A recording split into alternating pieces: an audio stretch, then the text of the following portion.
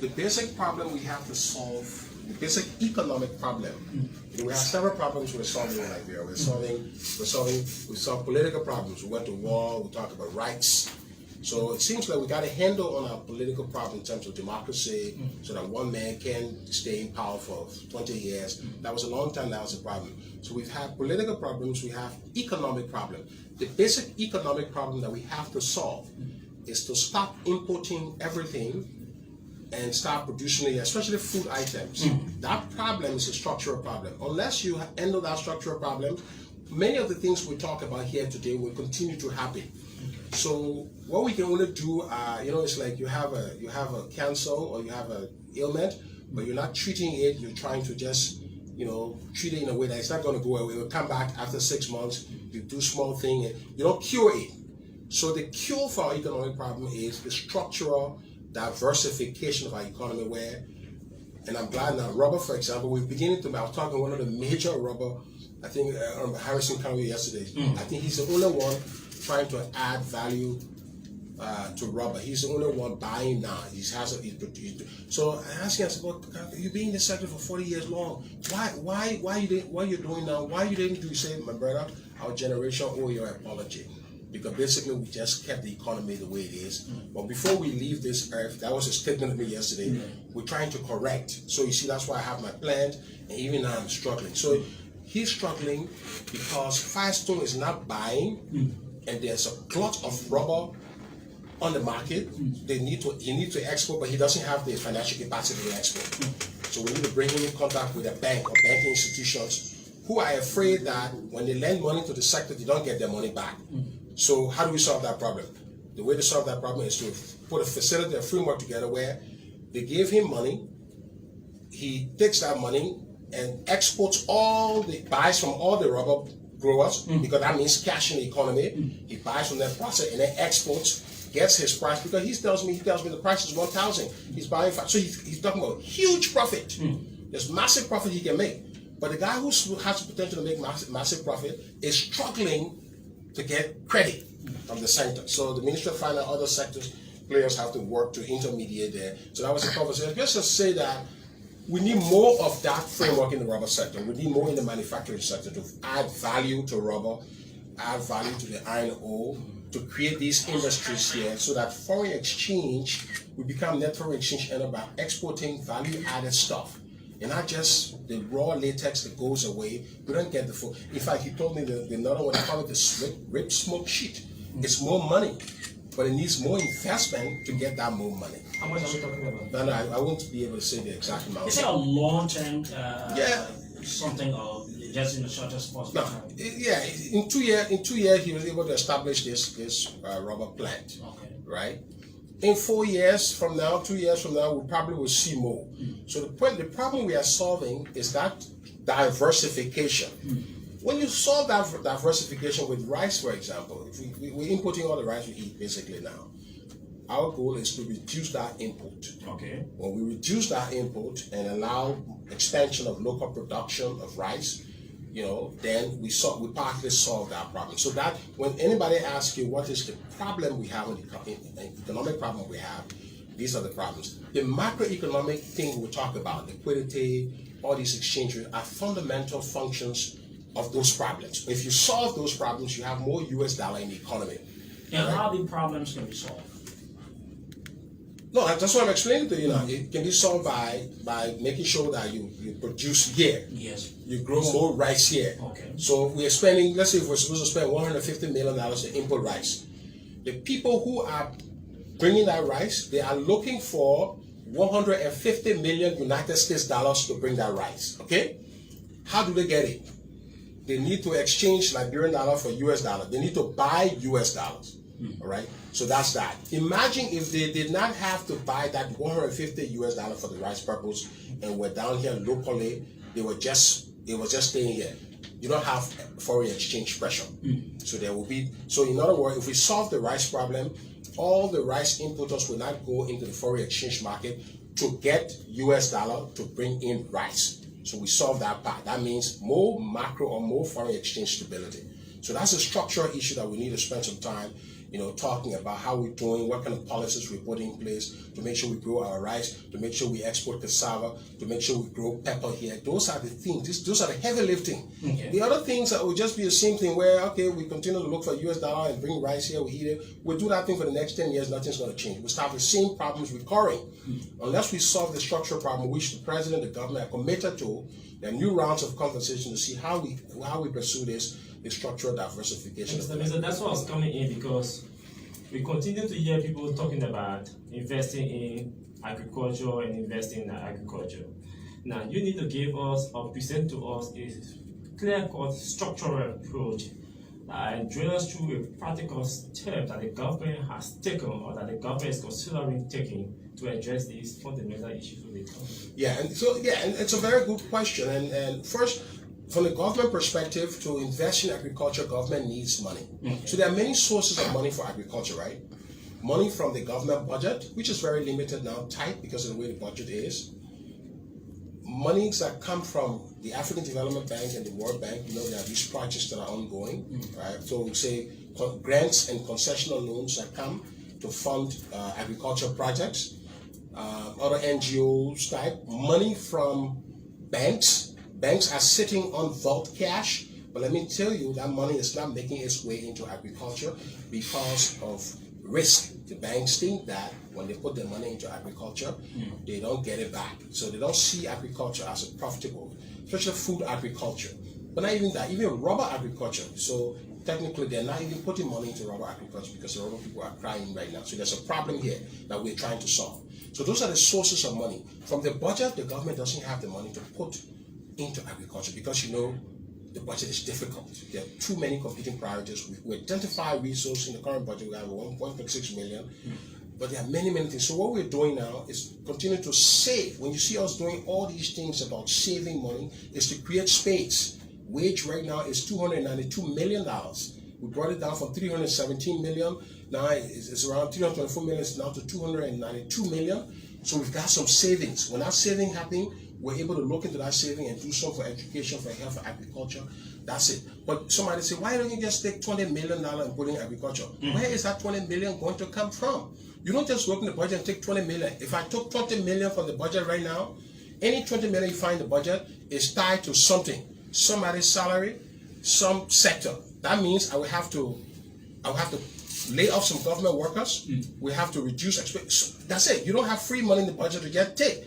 So people need to understand, say, why, if you say, why you don't just take, there's no money sitting down for the government to just take 20 What does that mean? Does that mean we have to source funding from extraordinary resources? Yeah, so I just name all the sources now. I say government. So I don't want people, so leave the government's budget process because you don't have 20 million to put there.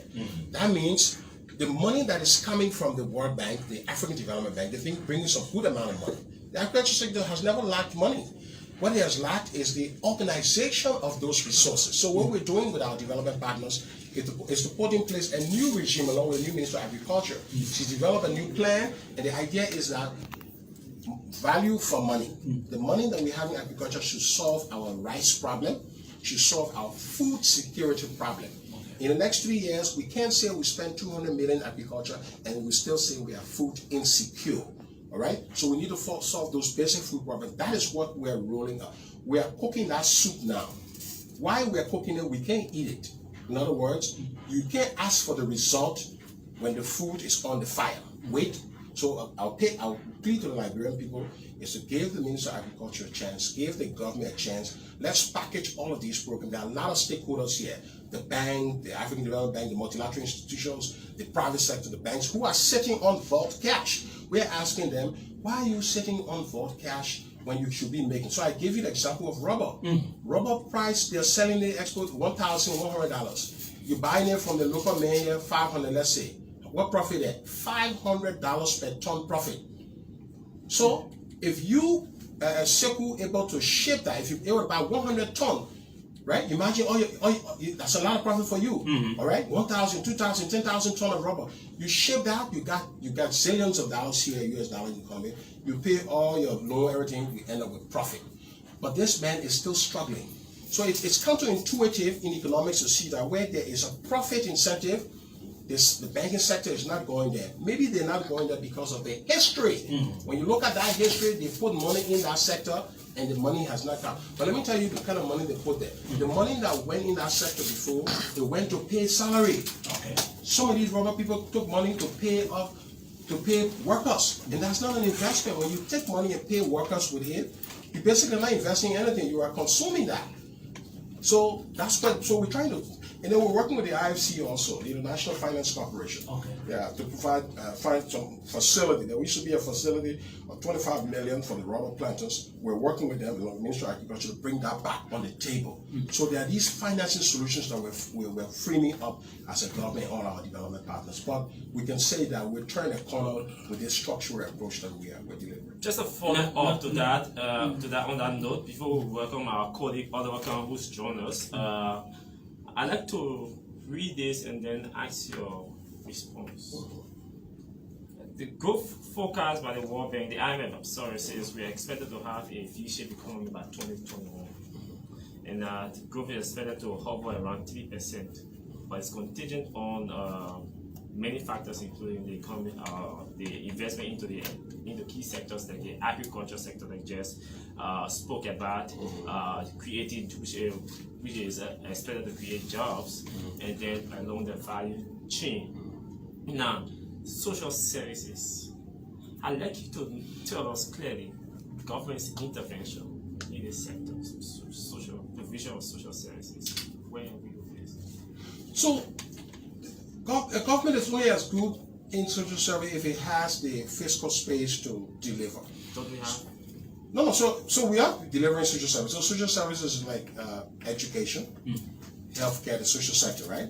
If you look at what is government delivering in education, what is government delivering in health, what is government delivering in social protection, okay? The business climate, what are the basics? I mean, when people go to register business, what kind of, so that whole spectrum of services, you will see you're definitely going to see some improvement in that area. For example, under the recent MCC scorecard, which I know we're going to reach to that later, we passed gender in the economy, all right? For the first, I think in 4 or 5 years, we've not passed that.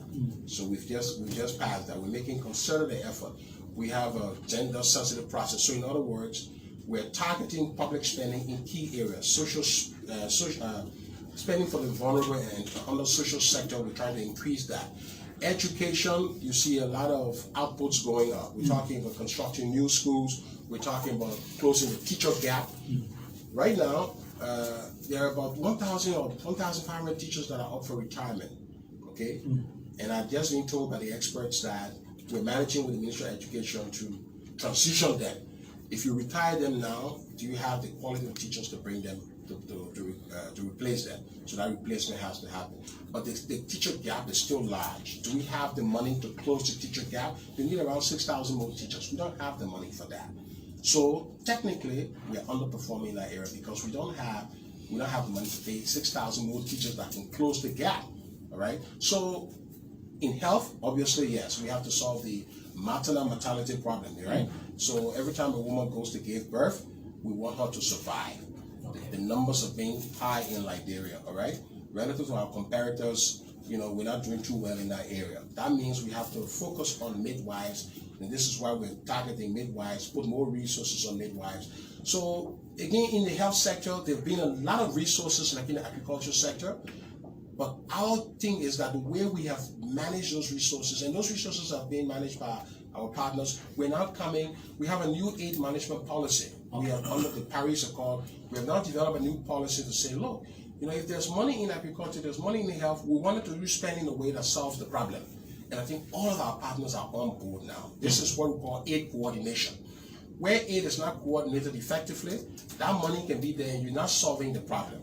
So we want to solve maternal mortality. We say when we want to bring that the rate down from around, I think it's around 700 per 10,000 persons are dying to around 500 or 300. In Rwanda, that number is around 300 women are dying per, I think, per 10,000 women who go to give birth. We want to bring our own ratio down to Rwanda's. But to do that, we need to put more resources in that. So our question for the government is, when you're spending money in health, are you spending the money on the midwives who you say are critical to bring down that target? In education, are you spending the money to solve the girls who are dropping out of school, their problem, because again, if girls drop out of school, you know the consequences from there.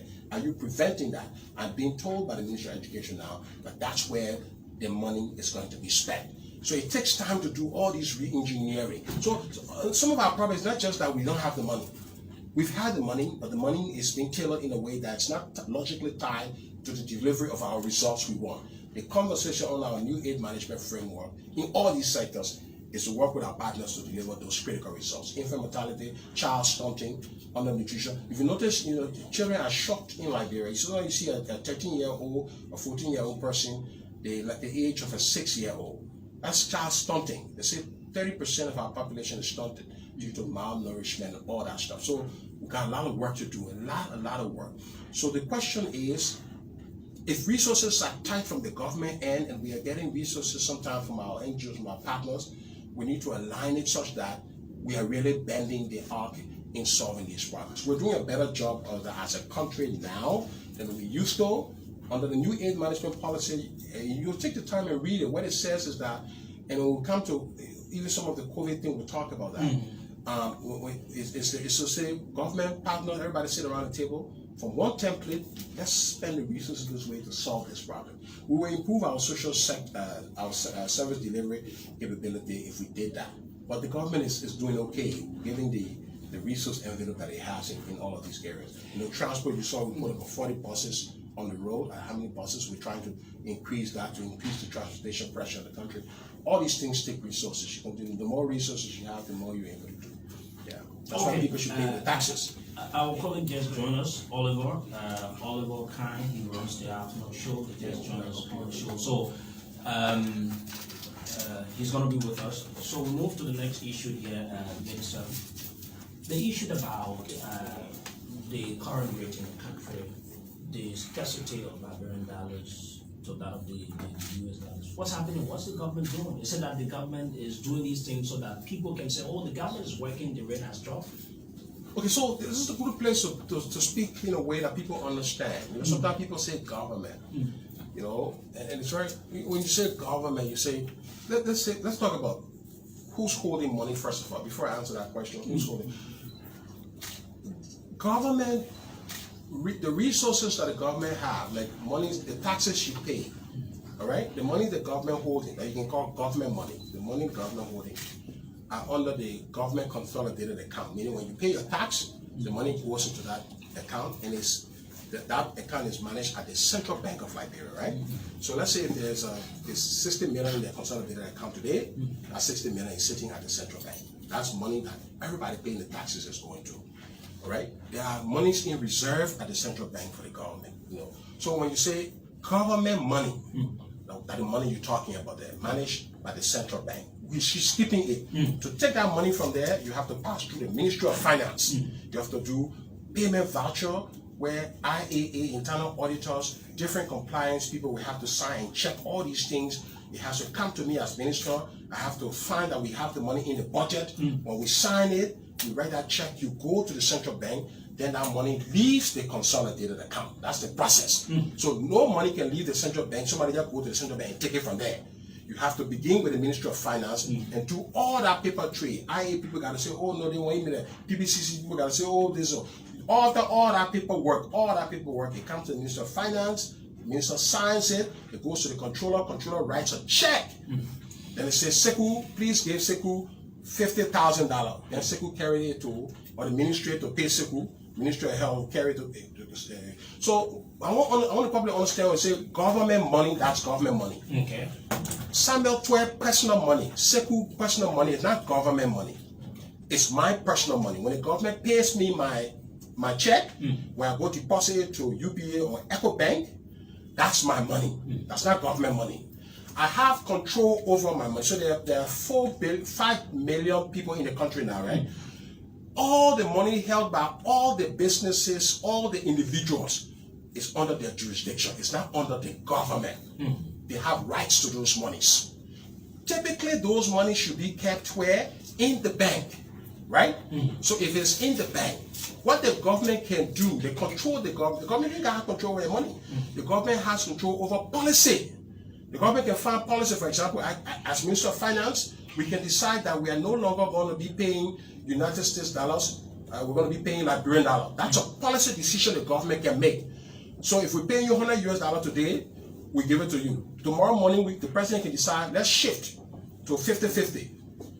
When you go to your bank account, you will see $50, you will see the equivalent in Liberian dollar. That's in the government's control.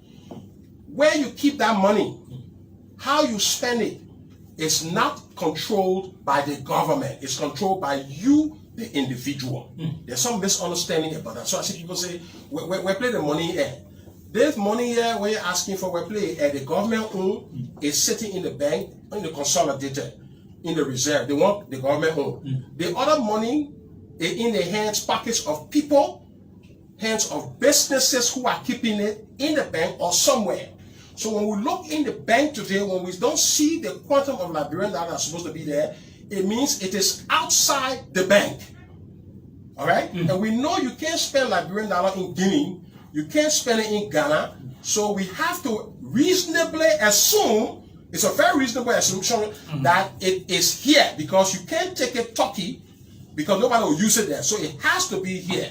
There are motives for which people are keeping it out. Economists just study all of those. The money is in the country. It is not anywhere. The strategy for monetary policy, fiscal policy, and the bank is to ensure that you create a way where people are comfortable to bring the money. And you know what happened here in the last 2 years? Clearly, it's a confidence issue also. You can agree. Right? With all of the 16 billion lies, all of these things will make people say, well, you know, all that stuff is all, you know, some of them know the propaganda, some of them don't know, they don't know what happened, because there's too much noise about the misinformation. So maybe they're holding the money, right? So you think the business people are holding the money? Oh, no, I've met business people, I've told them on economic management, I've had several meetings with them, and as an economist, I believe they're keeping the money. Because you can look at the central bank can look at the balances, right? You can know who or what, if you want to account how much money the central bank should be able to see, they can see it. If they can see it in the commercial bank, it means it's out there. So the problem we're having is that when the money is outside the central bank or the commercial banks, you have no control on the monetary policy. There can be no monetary policy control or fiscal policy control when the money is not sitting in the bank. So monetary policy fails. All right? When you hear the people talk about Federal Reserve, all that monetary policy is because those monies are sitting in banks. Where the money is not in the bank, monetary policy becomes ineffective. It's not effective. It just doesn't exist because you don't have control over it, you know, on the movement of that money, because it's outside in the informal sector. So the strategy we have developed in the last time is to develop instruments to get that money out of that sector. That's the monetary policy instrument. The CBL people will talk more on that, but they call it inflation targeting. So they'll go interest rate targeting rather. The targeting the interest rate. Now interest rate is around 25%. The strategy has been that if interest rates are high, then people should have an incentive to want to invest in interest rate 25%. If you give the CBL $100 US, you get a $25 US in interest. So why do you want to keep your money? Why are you wasting money? You can earn $25 on any investment you make in the CBL bill now. Why do you want to? And even Americans, the people who have Americans and Liberians in America who have pension funds, I mean not pension fund, but the 401k, they're earning 5%. So they're losing 20% because they don't want to put their money into the CBL. So those are the instruments. Now, I think around 12 billion Liberian dollars have been invested in this instrument. There are all these controls we've had. The question here is that when money is outside the banking sector, I can tell you as an economist right now, if we did an experiment where all the Liberian people agree and the business people say, okay, let all the Liberian dollars come back in the bank, the exchange rate will drop by 35 to 40 points tomorrow morning. Whatever the rate is, when all the money come back in the bank, the rate will drop down immediately. You want to try it? You want to believe to a line or telling? Let's put the money back in the bank. Let's see that result. The rate will drop further. So when the rate is not out, then you see all kinds of problems in the situation, and the government is addressing that. The CBL and the Ministry of Commerce are going to be coming up with a statement to show the different things that are being done. We don't have an right now we don't have a policy to say you can't hoard money, right? In some countries they do have it. Some countries say you can't keep a large amount of money under your mattress. You can't. It's illegal. I don't think we discussed this at EMT, we don't have a clear economic policy or legislation against it, say you can't hoard. So if a businessman is keeping $1 billion on him, legally, we don't have a way, legal. But the legislature is coming back. We're going to put all of these instruments on the table. All right? So we can say that the problem now is, so we're working, even the rate is coming down. One of the major issues is that even though the rate is coming down, people are not seeing the... Let me ask you this question. Yeah. The rate is coming down, the scarcity of the Liberian dollars. But yesterday, people are selling goods the way usually is very high. What is the problem, or what's the government doing about that? Okay, so there's another thing we need to understand, and there are students who study economics at University of Liberia, at Stella Marie or AMU, or some of our colleges around here.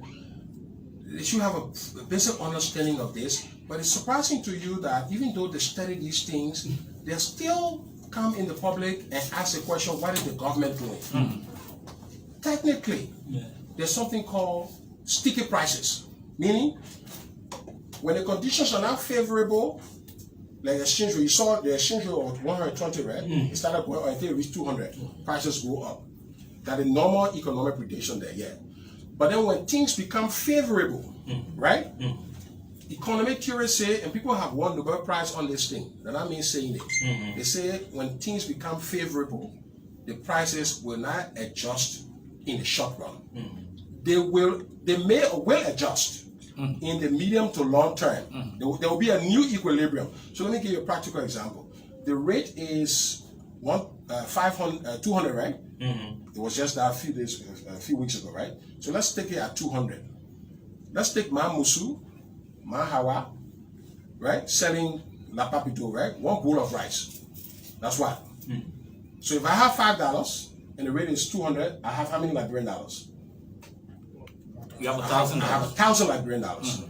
With a price of $200 per bowl, I can eat what? Monday, Tuesday, Wednesday, Thursday, and Friday. Is that correct? Or some Joe, some Philip out there, some Pepe guy can pack a car every Monday and eat 5 times on $5 to a lapapido. The rate drops to, let's take it arithmetically, the rate drops to 150. What does his father give him now? 750. So he can eat what? Monday, he can eat Tuesday, he can eat Wednesday, he can't eat Thursday, he can eat half bowl to Mahawa play on Thursday there, and he will go hungry on Friday because of the new situation, right? So who is losing? Philip, the Pepe man out there, the Joe Blow out there hustling day and right? The end consumers. The end consumers are losing, right? Well, every camper we call it 404. The 404 people will be losing. Who's gaining? Hawa, the business people, though. The business people. Let's stay with our Lapabido economy. Musu is a gainer. Why is she gaining? Because she can go into the parallel market, right? And get more US dollar for the cheaper Liberian dollar, right? And then come and sell at 200. But can she do that forever? That's what economists say. There will be a downward adjustment to a new price equilibrium. So Mahawa will profit small because if the rate stay 150, she can't keep it at 200. Let me tell you why she can't keep it, right? So because you see the man, he's not eating Friday, right? Ain't he not eating Friday? There's a reduce in demand. You notice that? Demand reduce. He's not eating Friday, demand. So that demand reduction, if you put it to all the Lapa be doing all the country, people will start eating less. Who will be selling less? Musu will be selling less. Musu doesn't want to sell less, so what she will do? She will adjust. But if Musu adjusts, you think Hawa will stay at 200? So the downward economic adjustment. I don't think that you see in textbooks, so all that demand curve, why it's mainly in like brain English like that. So that how the downward adjustment will start happening if the 150 exchange rate is the new equilibrium. It has to be an equilibrium. So economists say there will be a search for equilibrium. You don't know yet. You go to 140, then money I changed $10 and I got 1,400. So it means that rate will what? 140, right? Somebody say 150. So there's a search for a new equilibrium. So in the medium term, if there is an equilibrium that stays long, the price will adjust to that equilibrium because there is no way for somebody to make large profit. One person will want to get all that profit, and so economic theory says everybody will go get that profit, and then the profit will go to zero. So that how the price will adjust. So we just asking, it's not a government. So to the other economic student at the University of Liberia, you educate our people about this. They're not saying where the government, that no government can control that dynamic in the world. People want economic price on that kind of theory. It's not possible. It's not possible. I'll give you another practical example. Oil. My musu selling oil. Why do you think she's selling oil $2,000 rate like? It's because she go Banga to transport, right? She pay all that cost. Suppose the government come one day and say, transport between Raleigh and Banga is free for 1 month. And my musu will get her oil free. When she go get her oil free, you think she will come to Raleigh and change the price? Let me ask you. You think she'll change the price? She'll still sell it at the old price. Because that's the price. Even though she finished getting free transport, she will not say, oh, I will sell it. She will not adjust. It will take long time before she adjusts that. So all in all, we're saying is that these prices, especially in the Liberian dollar economy, will adjust. On the US dollar side, if something is priced in US dollar like a scratch card, I bought a scratch card $5 this morning. So even though the rate is adjusting, the price is still $5, right? So what I will go in the foreign exchange to take my Liberian dollar and change to the US dollar to go buy $5. Because the $5 price should not go up. If they're not coming down in the short term, we know economically it's not going to go up. So since we are benefiting on the Liberian dollar side, we converted the US dollar and go trade, and so we're not losing on that side. Honorable Minister, our country is not in such a way that we're producing a lot of stuff here to attract the foreign currency. That's correct. All of the countries around you, they're into the business of having a single currency. What's stopping Liberia from having one currency in circulation and we leave the foreign currency for foreign transaction alone? And that is a fundamental, that's a very brilliant question. The reason why in Liberia we're dealing with all of these economic distortions is because we have a dual currency regime. So what that means is that we're different from Ghana. In Ghana, the people who have to worry about foreign exchange are the people who are trading with the rest of the world. Sure. Because anytime you want to trade with the rest of the world, the first person you think about is a money changer. Because you need euro or dollar.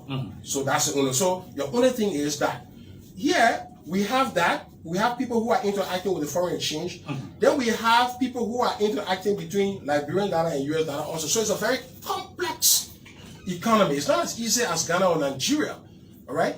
The move we're trying to do is to go to the Liberian dollar, but through a route of de-dollarization. You can't force it. All the studies show that if you try to force it overnight, then we get up tomorrow morning and say the US dollar is no longer a currency.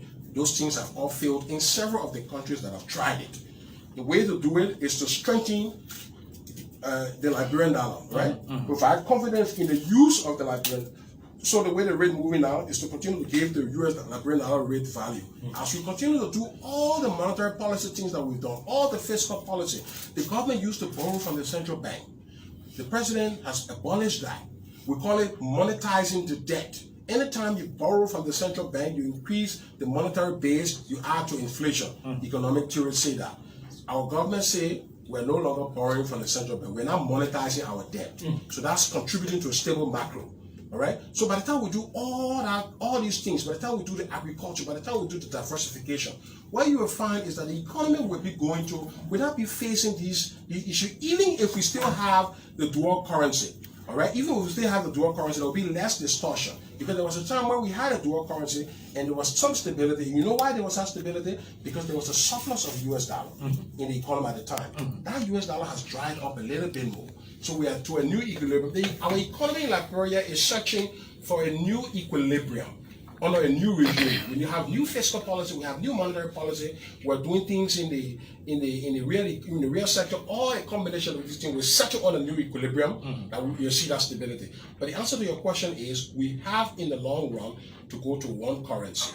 We are using de-dollarization to do that. So for example, government is now paying 20% Liberian dollar and 80% US dollar.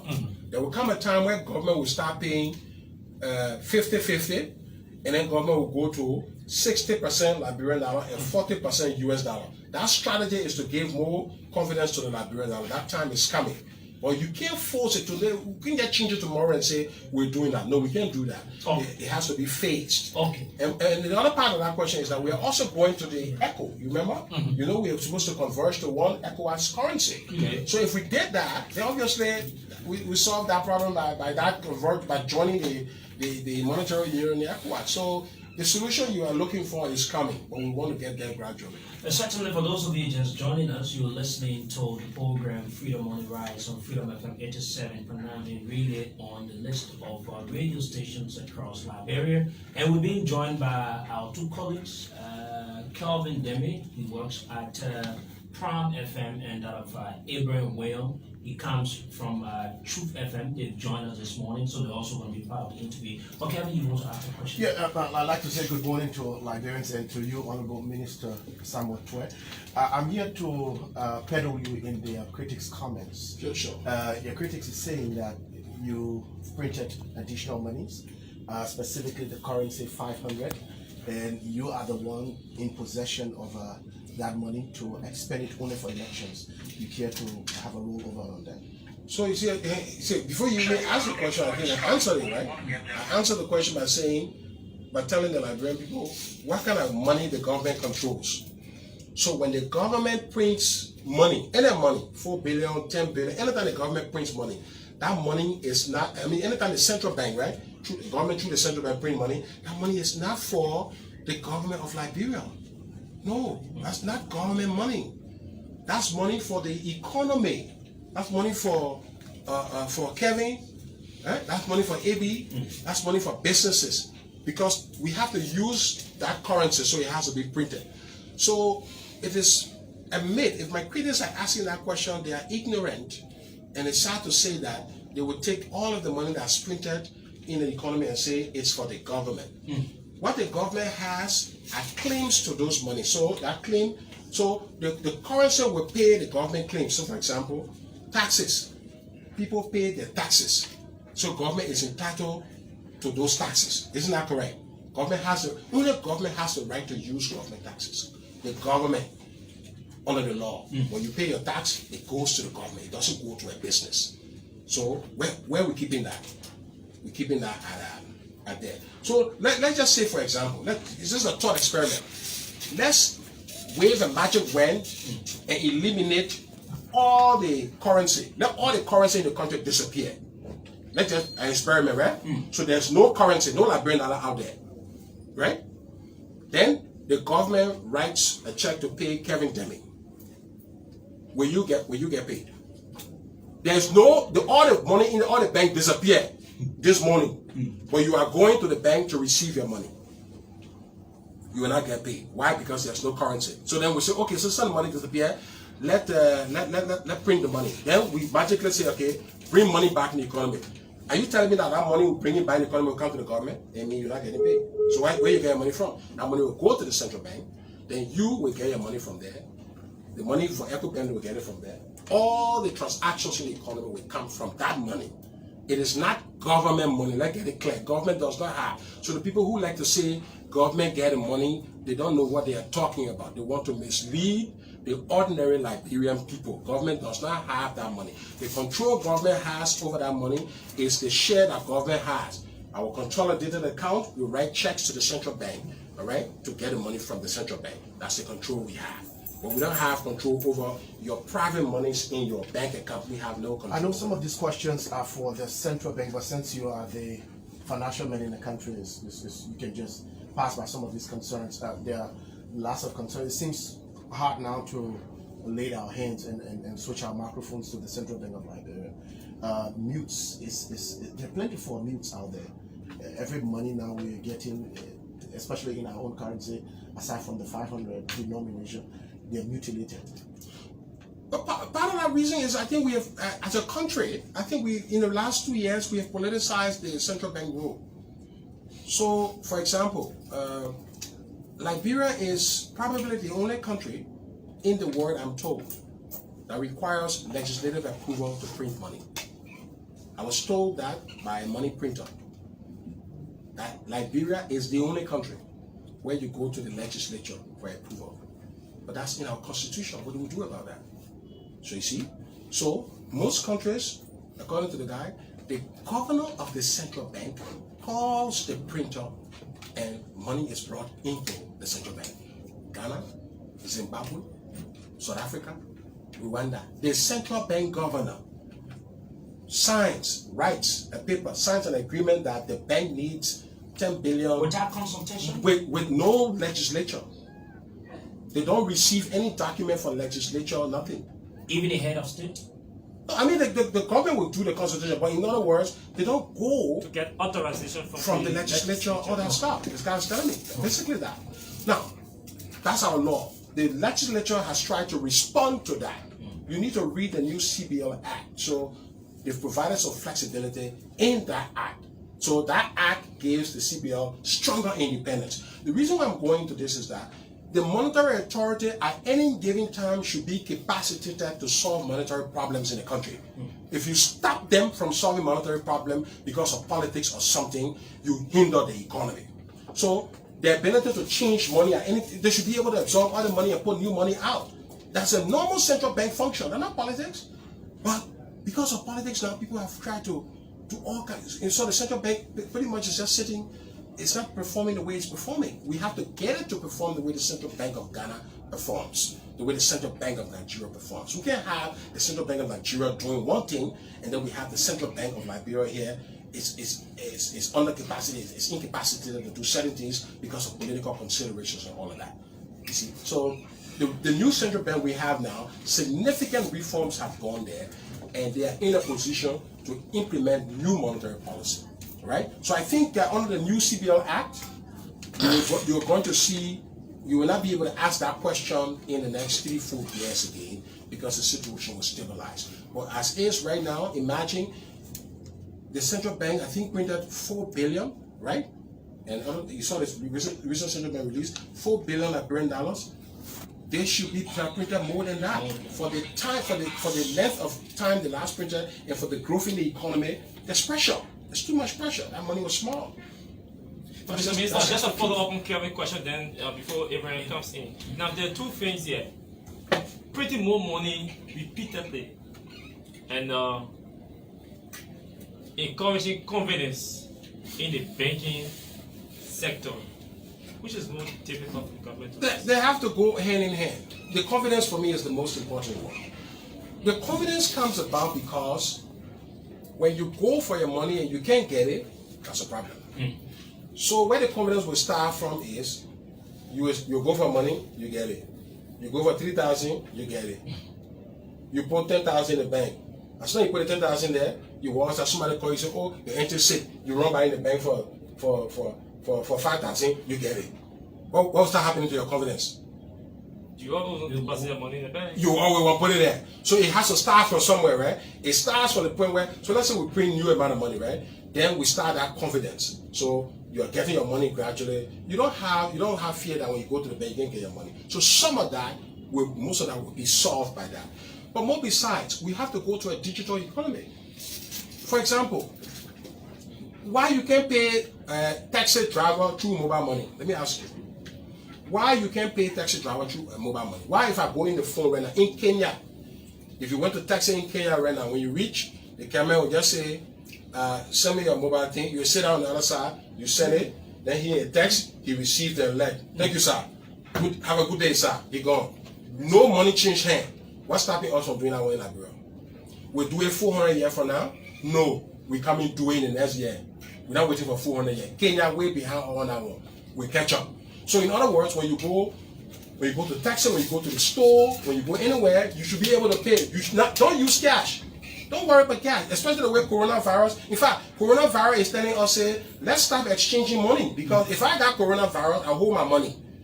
And I mean telling the money over to you, and you will get coronavirus from touching that money. So because of coronavirus, we should stop using physical money. Let's go to digital, and we have the ability and the capacity to do digital transactions in the economy. You can go buy zinc, and you don't need cash. So we're telling all the business people, the Ministry of Commerce and the Central Bank of Liberia are coming out with proclaiming, working with all our business sectors to start receiving and stop. When people say they want mobile money, for them to accept it, that's a legitimate transaction.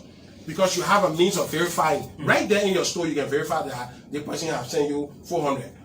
So what are you holding the man for? The money is safe. It brings in the aspect of confidence again, because if the taxi driver will accept mobile money transaction, the taxi driver wants to transact with another person to buy goods and services. That's correct. He goes to a goods store or service facility. Yeah.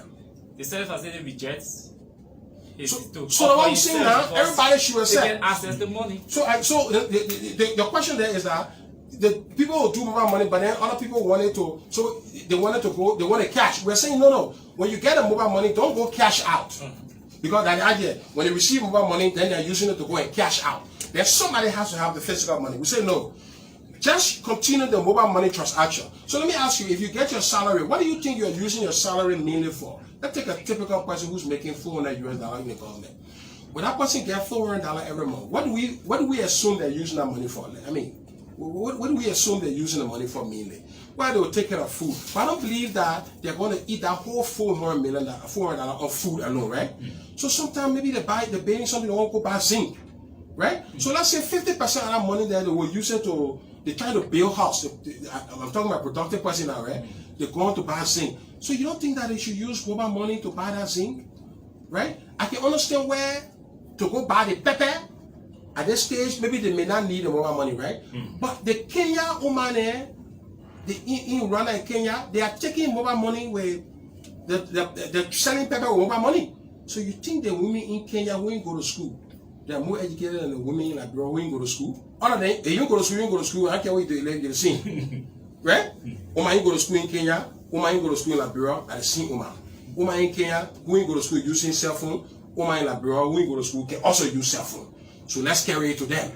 Let me tell you the experiment that I think. You know the garbage situation we're having, right? All the markets. Every day, every market table is supposed to provide, I hear $10 to the Liberia Marketing Association. Right now, when they pay that $10, they're paying it cash. Do you think the person they're paying that money to is carrying all that money to the bank? Maybe not. Suppose we say 20 market tables should have one cell phone. Every 20 market table should have one cell phone to pay their table fee by mobile money, so the money can go into an account. We eliminate corruption and waste in real life. So, because the challenge would be, you say all the market women have a girl phone, who will buy the phone? So we say no. 20 of you put money together to buy one phone.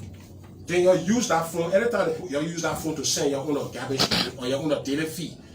That money, you will see great efficiency improvement in the whole marketing system. And if they start doing that, if 20 market tables start sending mobile money $10, what the next thing will start saying, oh, but if we can do it for garbage, why somebody can't pay me for pepper? Why do I have to even be worried about holding money material? Because they worry about somebody stealing that money there. Every time they want to put the money under here, she's worrying and saying, maybe somebody can come around and take it.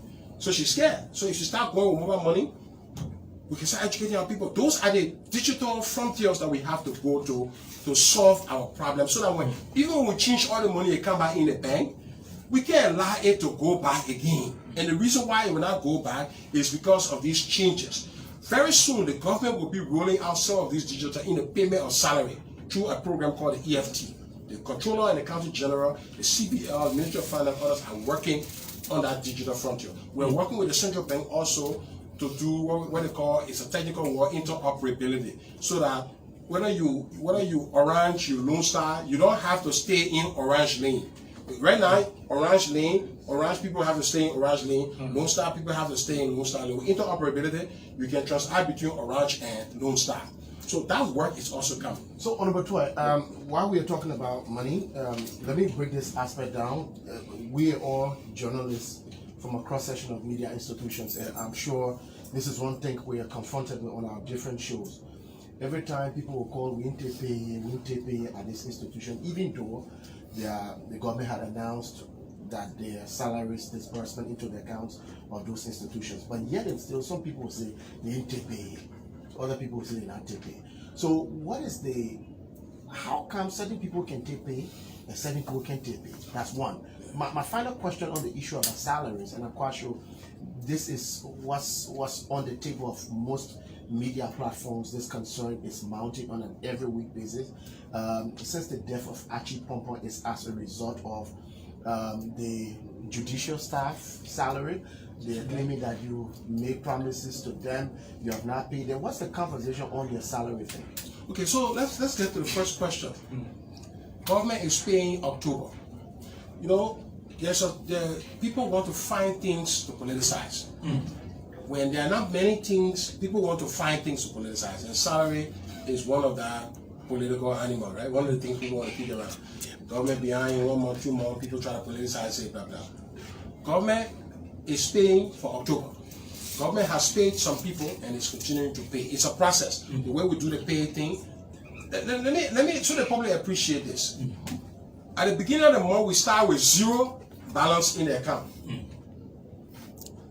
Then all of our account pay tax of 1 million. Then the government get 1 million. Then Kevin Deming put 2 million government taxes there. Then the government get 3 million in that account. Right? We have to. Sorry, a point of correction. I mistakenly said dead. I said since the dead. My apologies. My colleagues are correcting me. No problem. Yeah, my apologies. But Archie Pompon. Yeah, Archie Pompon. Yeah, okay. So now answering the first question on there, so people can appreciate the thing that costs salary, how it is paid. The government has to build up $24 million in that account. Then the whole month's salary is taken care of, right? Okay. So the way it works, the government doesn't wait for that 24 million to come. So I just told you, people paying the taxes every time, their money dropping in their account, and when the salary is due, the government starts to pay. The government has priority. Teachers who are standing up, health workers, they tend to go first. So obviously, political appointees, when I get paid, they are the last, right? So sequentially, because the money comes in sequentially, the payment cannot be in bulk. So we are waiting for 24 million, and who told you say the 24 million can hit the account on the 24th day of the you know how it works? From day, let's say that day one, the first month of the year, you think when you reach the 30th, is the assumption that when you reach the 30th, then you get the 24 million? Some months, when you reach the 30th, you get 40 million. Some months. Other months, when you reach the 30th, you get 15 million in your account. You see it? Revenue is not paid at the same rate from month to month. Because there's a time where a large number of people owing government, they pay and the government account get fat. There are months where revenue trickles in. It will come. So there's a delicate balancing act that the government has to do or the ministry has to do. So all we can say is that we've stabilized salary. Right now, government is paying for, we're in the month of November, we are preparing to pay for November, but we are delivering what? October's salary. Yes, some people have not gotten paid for October. Their process may be at the banks now, so that's that. Let's not politicize that one there. Let's also appreciate the government that despite the difficulty, people are basically sitting home and receiving their salary. You're not calling people back at the present? No, They still have people sitting home receiving their salary. In other countries, even in the great United States that has all the money, they furlough people. Meaning, they put you down for some time, you're not get paid on the government. When they're ready, they'll call you back. What they call furlough. That's a strategy. They say, well, man, the government right now is revenue low, so go sit down. When we say you not work, when the revenues get back up, you will come by and continue your salary, or you will free the pressure up. Other places, they negotiate certain amount of pay. Here, you sleep from morning to night, all day, do nothing for the government. You have been paid in the last 6-8 months on time. Let's applaud the president for that. That's a massive achievement. People need to ask the president, you are really doing well. People are basically sitting home, income them, and you are paying them. So we are paying people. So let me get to the other question now. About Archie Pompon. The other question here is, did Archie Pompon self-immolate because of quote-unquote 12-month salary arrear? That's a lie. This government, central government, owes no government worker, and the judiciary is part of central government. We are paying people, all central government, for 1 month now, the month of October. So that means we're current. Yeah, a few days lag there, no problem. But all October people are being cleared so we can start the November process. So we're not owing anybody for a month, right? 2 months, 3 months, 4 months, before you talk about 12 months, all right? What is the situation with the judiciary now? So you have to understand, again, you're the journalist, you're part of the problem in this country. And I'll be fair with you. Because you people are not able to communicate to the Liberian people in a way that they understand it. When you say the government owing you somebody's salary, it means the government owing that person there. Like the people who say they haven't gotten paid for October, the government owe them their October salary. You getting me? Yeah. That will call it. That will say salary. So if you say we're owing judiciary 12 months, it means for 12 months, nobody at the judiciary have received pay. Is that true? No. Everybody at the judiciary current up to the same way I'm current my salary. Because of the central government there. The issue with the judiciary is that there were some technical problems in applying the harmonization formula at the judiciary and at the legislature. Do you notice, have you asked the question, why since harmonization, the noise is with the legislature and the judiciary, but it is now with the executive? Show me the journalists that have asked that question. Let me see, who in this country have asked the question, why judiciary is making noise, why legislature making noise, but I don't see Ministry of Public Works workers talking about salary. Something's not right. If I were a journalist, I would investigate that. Are you trying to say because maybe the legislature and So, now the judiciary, you want to say because of political reasons? No, they are independent branches of government. So the way they did the harmonization issue is that the independent branches of government did their harmonization. There was a general formula, there was a general understanding, and they went and applied the formula. By themselves? Yes, that is correct. Okay. Yeah, because the formula was clear. Do this, do that, do that. But at theory, when something clear in theory, it means a clear in practice. It was clear in theory and practice on the second side. So in theory, the technicians had some glitches on those two sides, right? When that thing became prominent, the Ministry of Finance went in with them and said, okay, go. There were some issues here. Okay, here's how we go. Blah, blah, blah, blah. We have solved those technical problems, right? So that means the rate at which they were, the formula applied was a little different than the formula applied in the legislature. So, but that correction has been made. It was not a cautious attempt. It was a technical glitch. We say that, right? In the parliament. So we have now moved in to solve that technical glitch. That technical glitch then means that even though workers were receiving their pay in the judicial sector, like bailiffs and all these people, every month, they were not receiving the full pay. Do you understand that? So if you're supposed to get $100 and you're getting $90, that's not your full pay, right? Yeah, but does that say that you're getting zero? No, that. So if you receive $90 instead of $100, does that mean you receive zero? So you guys have been communicating zero when the people were receiving the 90. So what happened to the 10? I'm not saying that exact thing. It's just an example I'm using. So it's those corrections now. So it means we got to put the 10 back, right?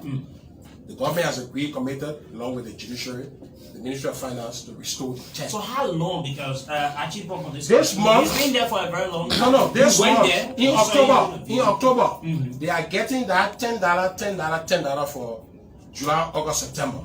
Okay. I'm just using the $100 as an example.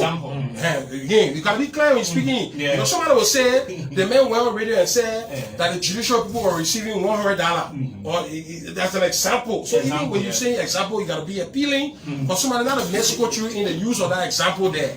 Yeah. Getting me? Yeah. So I'm just saying for everybody to understand, they were supposed to get 100 and they got 90, right? So we're going back now and say the 10 for July, the 10 for August, the 10 for September, that 30 plus your 100. You know it? You get a full amount now plus restoration. The last fiscal year, we say we are in touch with you. We'll continue to give it to you like in 3 months, until all the amounts that were due you are paid. That issue was settled. Did you explain this? They all understood everything, achieved everybody. I was on there, the judicial worker applauded, the clapped, said, Minister, it's okay, we're happy, we're fine, yeah. That's it. They were very okay. That was it. That was the thing. We ended that agreement. We reached an agreement. Say, y'all okay? We explained everything. They said, yes, we accept the rest of it. Because I said, if you're supposed to get $100 and you get nothing, and I said, I'll give you the $10, you get an issue again? Do you have an issue? You can have an issue. Okay, you have issues. So why you didn't give me the $100 that time? You gave me the $10 now, or you might put interest on it. Well, maybe that's the issue you get. But the issue is that you get your money. So you agree, and you are getting it now in October. 3 months. So you're getting it. So actually, my issue now is maybe during the process, the people started to spread misinformation. Some people that the Chief Justice took their money, that all kinds of things. I went there, I saw some of the behavior to the justices. I was alarmed. We have to stop that. Since the incident occurred, have you been able to reach out to Archie or maybe extend your own greetings to Archie as to what has happened? Oh, when I went there, in fact, before Archie did that, there were people who were on the ground. I facilitated that. My car was stopped from going out, and they went to the hospital. There were some people who were, I think the police did something. They have been engaged with them, and I have been engaged with the Archie situation at the hospital there. Yeah. Okay. Let us move on to the NCC report. So I hope we are very clear. Yeah, that when you're communicating this thing, you see, if a journalist knows the fact. The journalist has a moral responsibility on the air to correct the fact right there when somebody distorts that fact, because you know the fact. So one of the challenges with you is that you're going to search for the facts so that when callers call in, Minister Tweh, let us move on to something. I'll deal with you. Before we get on to the issue of the MCC grade sheet, I'm still concerned about this current monetary crisis we are faced with, which is reputational. And one aspect there has to do with, I like the fact that you said that you people want to make Liberia a cashless society. In fact, the last time when I listened to Janga Kuo, he was talking about how civil service salaries will now be paid through the process of mobile money. That's and so right. forth. That was a laudable venture. But some of the issues people have is a service charge being imposed by these mobile companies. That's right. These mobile money companies and so forth. And that's one of the biggest challenges that they have. Now, the issue about the world over, despite America and a lot of these Western countries being cashless, you still find people in queues at bank, but it's not like you find then they are just, it's on compulsion that you have to be in queue. So for convenience, you can sit home, you do these transactions. So now, these assurances are key, but we want to know at what point do we arrive at this digitalization of our economy, which is very much strategic. How can one, because if you pay a civil servant and then you tell him, okay, I want you to be cashless. That's what I'm paying you through mobile money. And then you are now going to transact. If you look at the various business entities here and there, the last Commerce Minister who was there, Professor Wilson Tapper, they came up with a policy that press tax should be available, merchant centers and so forth, so that if I were to go out of the supermarket and I don't got to go ask the man and say, how much is this? I already know how much I'm supposed to be paying. Yeah. You found these things very much challenging yet. So the question now is, what are you thinking about talking with the GSM companies and so forth, so that we try to see to it that we will give the service charge? The next thing there is whether we can incentivize people who do transactions through mobile money. Because if I'm doing transactions through mobile money and I'm buying cheaper for just transacting through mobile money, then I will eventually have to say the best way to buy zinc is to just use the mobile money, because I'm buying it in mobile money, I buy it cheaper. If I'm using cash, I'll buy it very expensive. Those are medium through which you can use. And I think that's where the conversation is going. The biggest discussion we're having in the government now is the digitization of the economy. We've been having this discussion in fits and starts in the last 2 years. Interoperability, CBL, the national switch, all that conversation has come to a head. In fact, there is an EMT, I think, tomorrow, just on the digital economy, bringing all the players together to address these service charges. So the government is engaged with all these people, right? So that we can provide the necessary incentives that you are talking about. It's at the center. Because we have now seen that even if you bring, I don't know how many billion I bring that, you replace all the money, it come back in the bank, everybody bring all the money back in the bank. If you don't do these new things, right, the money will go back outside the bank. So we don't have an option so that when that money comes in the bank, these are the new instruments, the digital instruments. So we're working to address all of these incentives, dysfunctions, or asymmetries. If people are charging we're bringing that issue to the table and imposing a charge that's consistent with the rest of the economy and optimal. So optimal pricing, the economists will say, is what we're going to go for. All of the telcos, the Lone Star and the Orange, are all agreeable to these new approaches. The big merchandise players in the economy who are selling big things, they also are all agreeable. Because if left hand is doing something and the right hand is not doing something, that's asymmetry. No, we want symmetry such that the two hands match. So if you start a mobile money transaction, you do not need any cash out endpoint. You can continue to loop payments in perpetuity. You know what I'm saying? So that there will be no point where you say, I want to go outside for cash. There may be a need for that, but we want to reduce that need to a marginal level so that most of the transactions can just be through mobile money. So like that, you will now say that people should get their driver licenses through mobile money, Listen, get their let passports me tell through you mobile about money. biometric. Let me tell you. We've been playing with, there are game-changing things that the country has been playing with. The need for biometric identification for 5 million Liberians, as we speak today, is probably one of the greatest priorities of the government. Prime Minister Modi of India. India has 1.3 to 4 billion people. All of them have biometric. Liberia got 5 million people. We should be able to put everybody on unique identifier. When you do that, you help this whole digitization process. You help so many processes, even with election. You help everything because all government workers, right now, almost all government workers, I think only 15,000 government workers have still not obtained biometric identification now. That is a prior action on our IMF program. So in other words, Liberia will not receive the next disbursement from the IMF, I think 38 million, if all 70,000 government workers are not, that a negotiation will on with the IMF. We're trying to fix the date. We want to achieve that before the IMF goes to board in December. We're looking at the practicality. We've done about 70%, 80% already. We're just talking 15,000 workers. And some of these workers are in Montserrat. 5,000 workers in Montserrat County, all right, have not been digitized. The question is why? Why would somebody be, the IMF has a suspicion that if there is a reluctance for people to go for biometric, it means those people are ghosts. And we all say yes, because there's no reason. I can understand if you say somebody in Bokonjina, in Matuken, where my park came from, in Vahun, way in the recess of these places, if somebody not digitized there, everybody can understand that one. Right here, in Ministry of Finance, in Ministry of Public Works, in Ministry of Health, you say a worker that doesn't have biometric yet? No, we understand what's going on.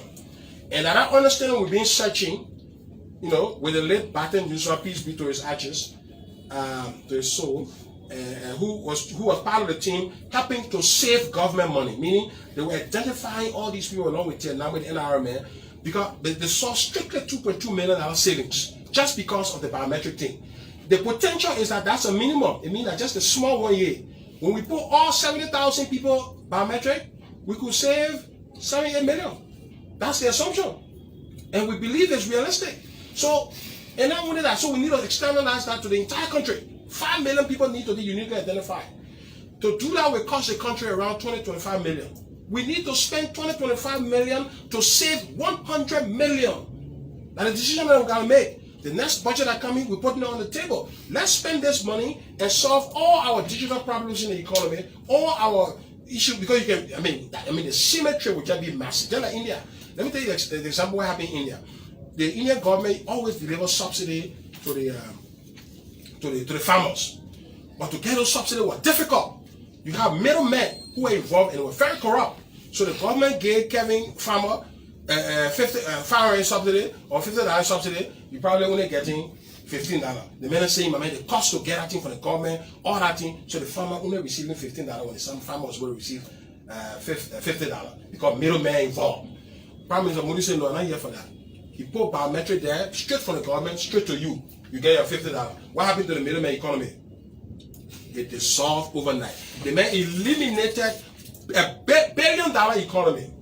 It will value tens of billions of dollars.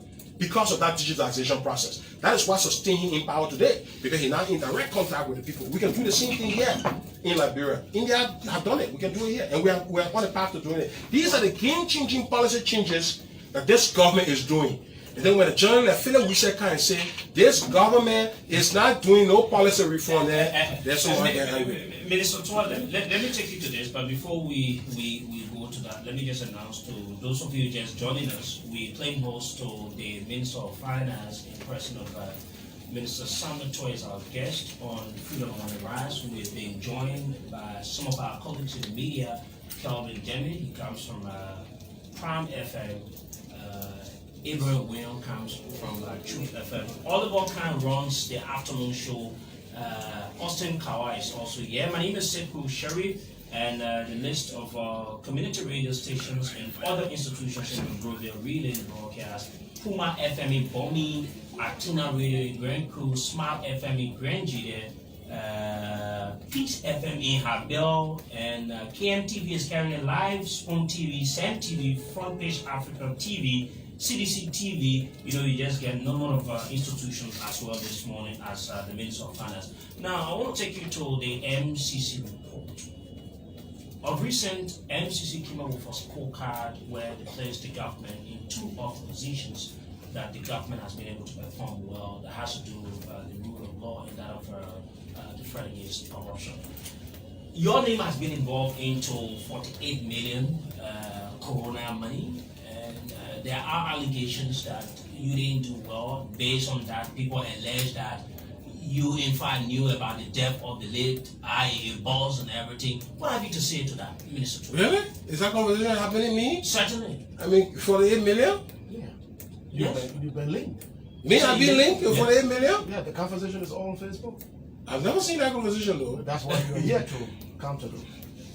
But let me deal with that one first. Okay, let me tell the public first.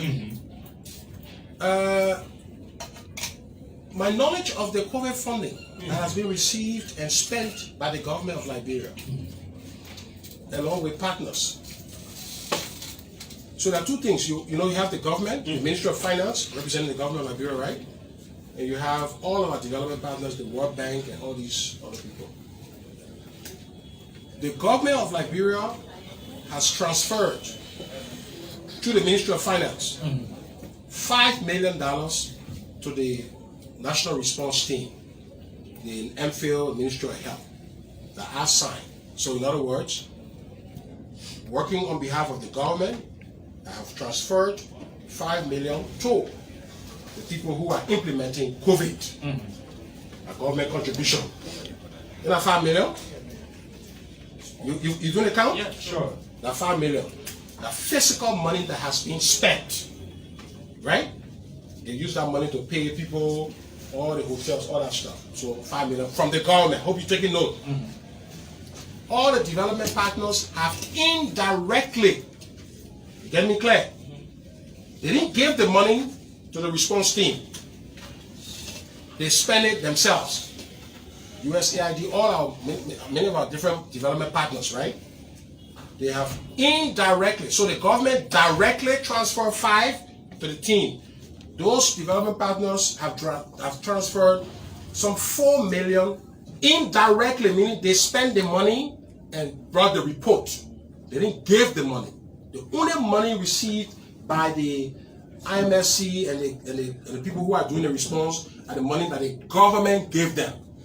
So this indirect money is still government, right? But even though somebody else spent it and brought the document. So let's add it to 4. The other major money comes from the World Bank, which is not controlled by the team. That total expenditure is $7 million. These 3 amounts are the only monies that have been spent in the response to date. Other monies may be in process, like the World Bank promised 17 million, we spent 7, and we still have 10 to spend. It's in that process, it's not been spent yet. So if you're asking for how much has been spent, that figure is the 5 and the 4 and the 7. So you're talking around some $16 million that has been spent on COVID. 48 million was a budget.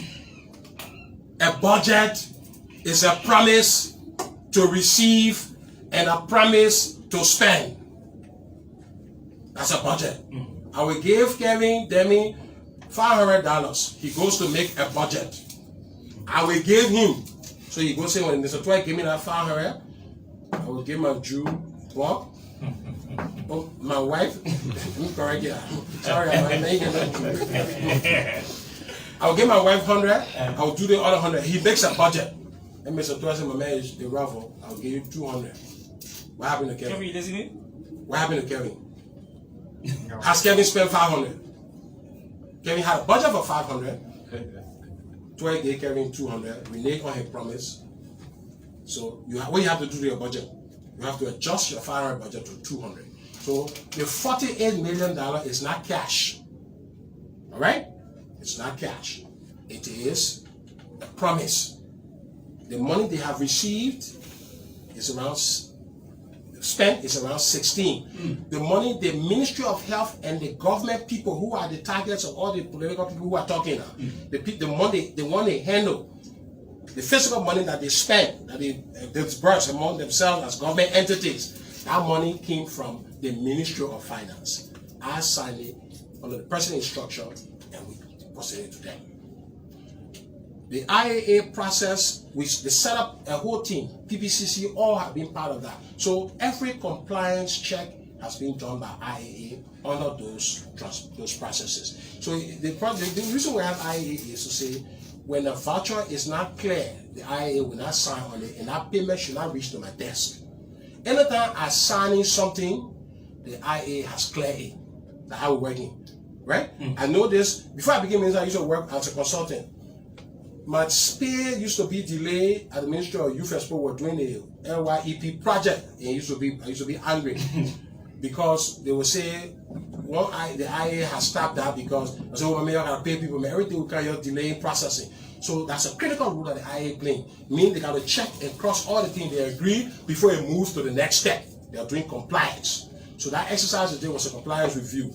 The formal audit of COVID will be done by the General Auditing Commission.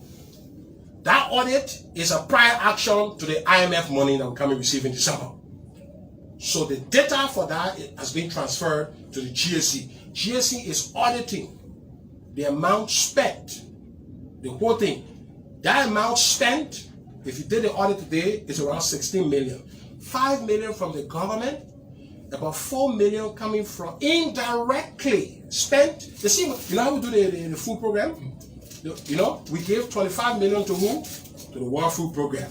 The World Food Program is expending government food money, is executing. That money does not sit in the government. It was transferred to the World Food Program, which is delivering. So when we come to the accountability side, the World Food Program is accounting to the government for 25 million that it expended. So that's the transparency around the whole thing. So all that other stuff you hearing out there is all. You think it's political, right? Balderdash, it's political, it's bogus, and all that stuff. Don't listen to that. Now, part of the MCC report, they talked about the rule of law. What you just explained, apparently you just try to provide the clear picture as to how transparent the government is. So we should not go into the So let's look at the rule of law. GSC audit will come on the COVID. Yeah, let's look at the rule of law. So under MCC, in the last 12 years, the country has failed the rule of law indicator. We've never passed it. When I worked with the Millennium Challenge Compact Development Team, we worked to deliver the compact. I was a lead economist working with distinguished Honorable Mani R. Kaptan to deliver that compact. We wrote the constraints analysis. So when you look at all the previous years, we have always failed, even when we're at the stage before compact.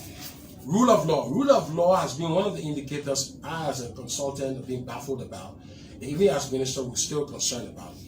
How do we improve that image? This is the first time that we've gotten a pass of green. So if you look at all the MCC scorecards, they're all in red. This is a massive achievement. What that means is that the perception is we are putting all of the rule of law elements together. We're getting better. We're not where we are. There's serious changes that have to happen. In the rule of law category, on the investment climate, for example, the number of days it takes to resolve a case in the judicial sector is still large, right?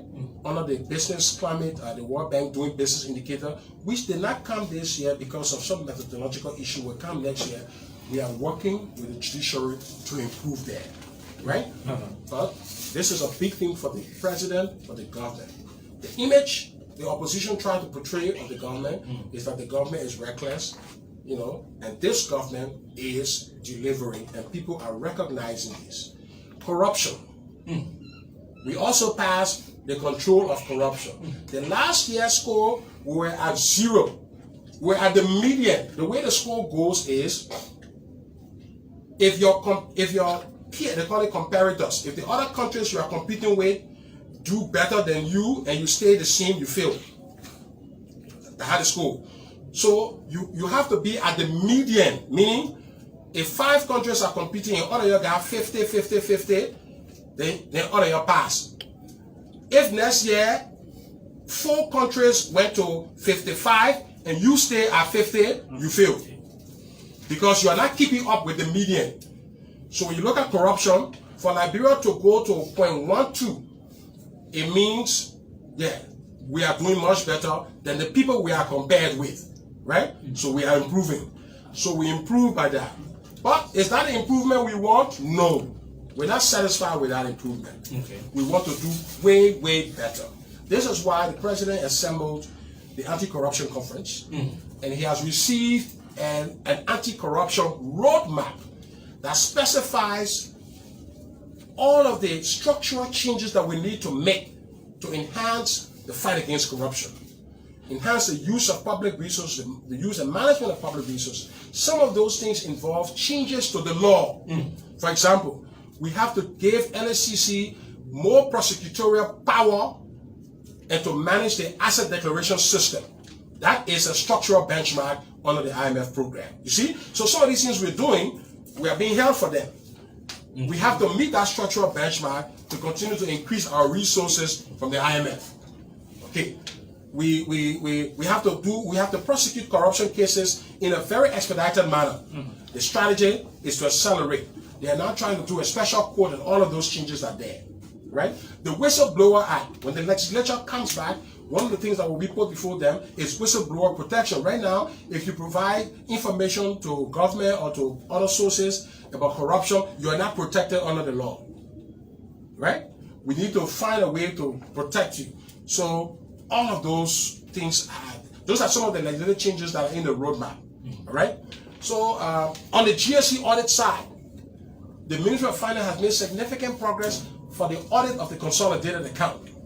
The GSC in the past has always issued what they call disclaimers on the consolidated account. It means we don't trust what you're producing, we can't verify it because of no documentation. So Ministry of Finance, the consolidated audits in the past have had disclaimers. We are working so the GSC cannot issue that disclaimer this time. So we are working to provide all necessary information to the GSC. All right? We have delivered an electronic document management system, which will electronically document all government transactions for the ease and convenience of all future audits. We are piloting that with 6 of the large spending ministries, Ministry of Foreign Affairs, Ministry of Internal Affairs, Health. We're trying to roll those pilots. So it means going forward, any documentation or vouchers are going to be logged electronically. So when the auditor comes, the auditor just queries the system and has everything. In the past, they have to go look at voluminous dark rooms on the Ministry of Finance. We just opened a new restaurant there. That place will open a restaurant and play all the documents that are being wasting. You got to go in that room that's smelling, open all folder, and the people there. So GSC said, when you get a document, how can we verify this thing? We want to change that landscape. As we speak, we are publishing fiscal data every week. Go to the Ministry of Finance website. Go to, see on social media, under Minister Samara Watercolor, we issue all of these to see where government spending. Yesterday I was listening to OKFM and somebody was on the show, I think it was Julio J, and I think it was Avatuba, and he was saying the government can't release any information, and I almost like, see, that's my problem I had. Why don't you tell this man that the Ministry of Finance releases fiscal report every week? Why don't you go there to read it? So how can the government be releasing all this public information that somebody is saying we don't know where the expenditure of the country is going? How is that? Okay. And then the journalist was to hold him to fire.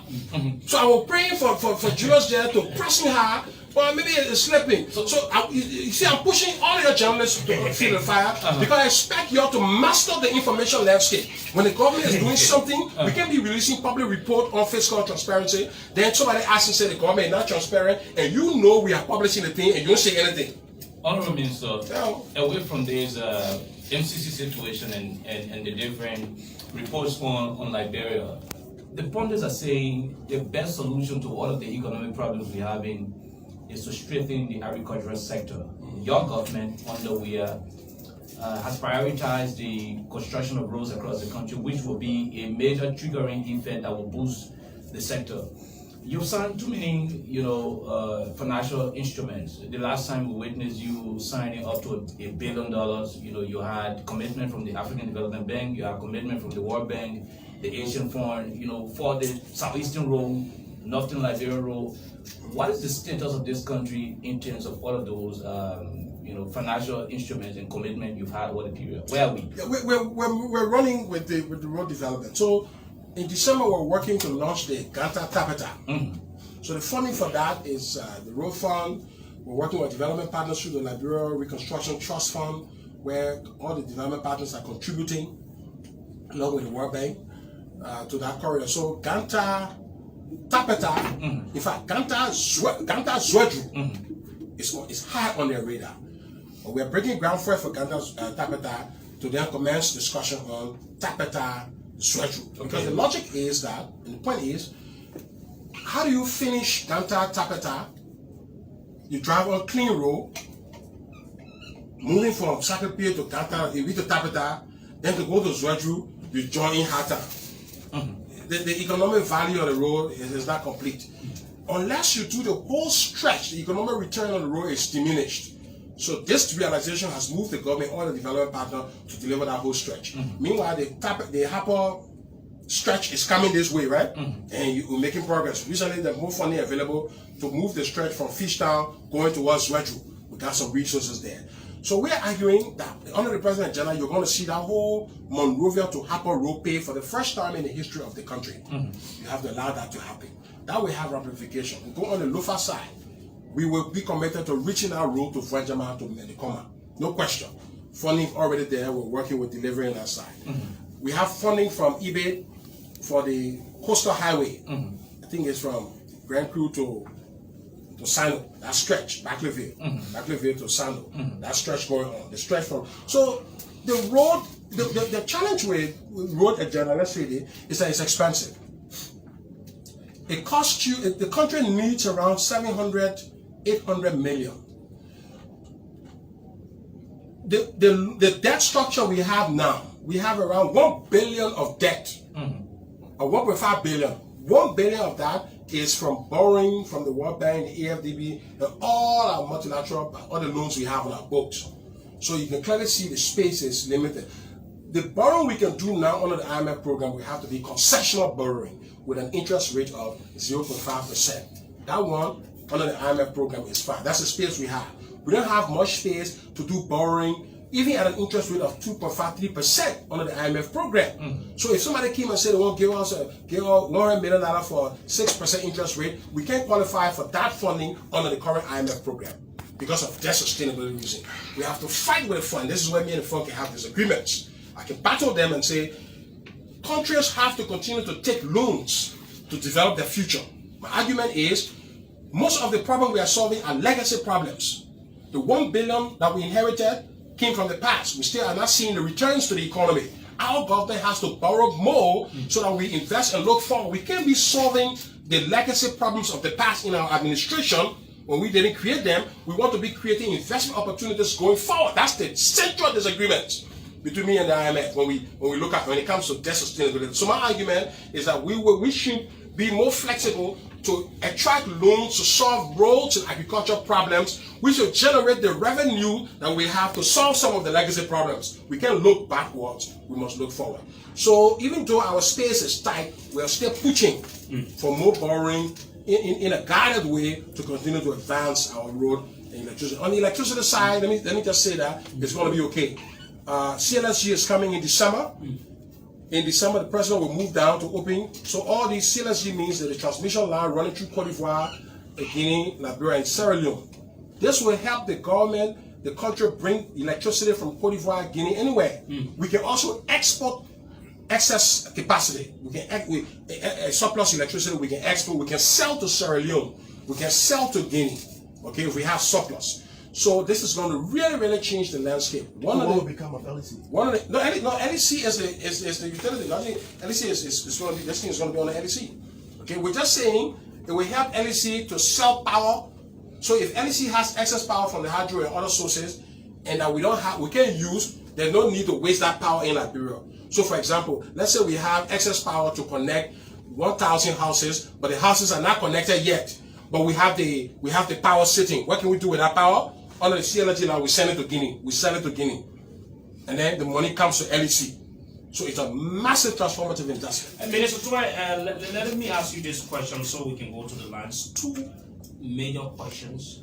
One has to do with allegation against you that you and the Minister of State, Minister Natana McGill, went at the Ministry of Public Works, and allegedly, you people allegedly questioned the former Minister of Public Works, and that's been the issue in the country. People are alleging that you guys. What do you know of really transparent? That has not been the issue in the country. The Malaria, the mischievous, the malevolent and evil people who seek evil and doom for Liberia and can imagine all kinds of impossibilities are the ones having that conversation. It's not the people of Liberia that are having that conversation. I, Samuel D. Tweh, Natana McGill will not poison, kill anybody. Okay. No question. Not Mbutu Vlanipa. Mbutu Vlanipa, may so rest in peace, was one of the friendliest, most loved, jovial. I mean, how many trips did I go on with Mabutu? How many trips? I mean, numerous trips, right? Ito, me and him were there. All these trips. And the fun on the trip with the man is just remarkable. You know, he has this habit of, I mean, sharing joke through WhatsApp, and you will be cracking all day. He's sending you all kinds of photos and just the humor. Very decent character, very good man. Much like myself, a good heart. You know, how do you want to harm him? Who will harm him? Why? Why would we harm Mobutu? Why? How? Did you visit the Ministry of Public Works? Of course. Look, the Minister of Finance, Minister of State, we are all over the place. You know that. Everybody knows. How many times have we been to the Ministry of Public Works under this administration? Many times. We had several meetings. Ministry of Finance, Ministerial Complex. That's another site. How many times are we there? Having government meetings. We have government meetings all day to move government processes. So if we go, you know, what you guys want now is to say we should not work, we should not meet, because if we meet, did you take along with you food? All the time I went to public work, we ate. But we always bring food. Anytime we go to public work, we bring food. They said one of you requested for fish. Roasted fish. So you carry along with you fish. Listen, that you carry along with you fish? Nobody carry food there. We order food. Me, Jeff Koji, Safwa May, I think Piso, I'm not sure there. The same thing we do every day. We go public works. When we go public work to eat, to where we eat. When you can't find out, you have to order to eat. So what is the question about somebody eating and then somebody getting sick and you say we poison? It's not true. I would never.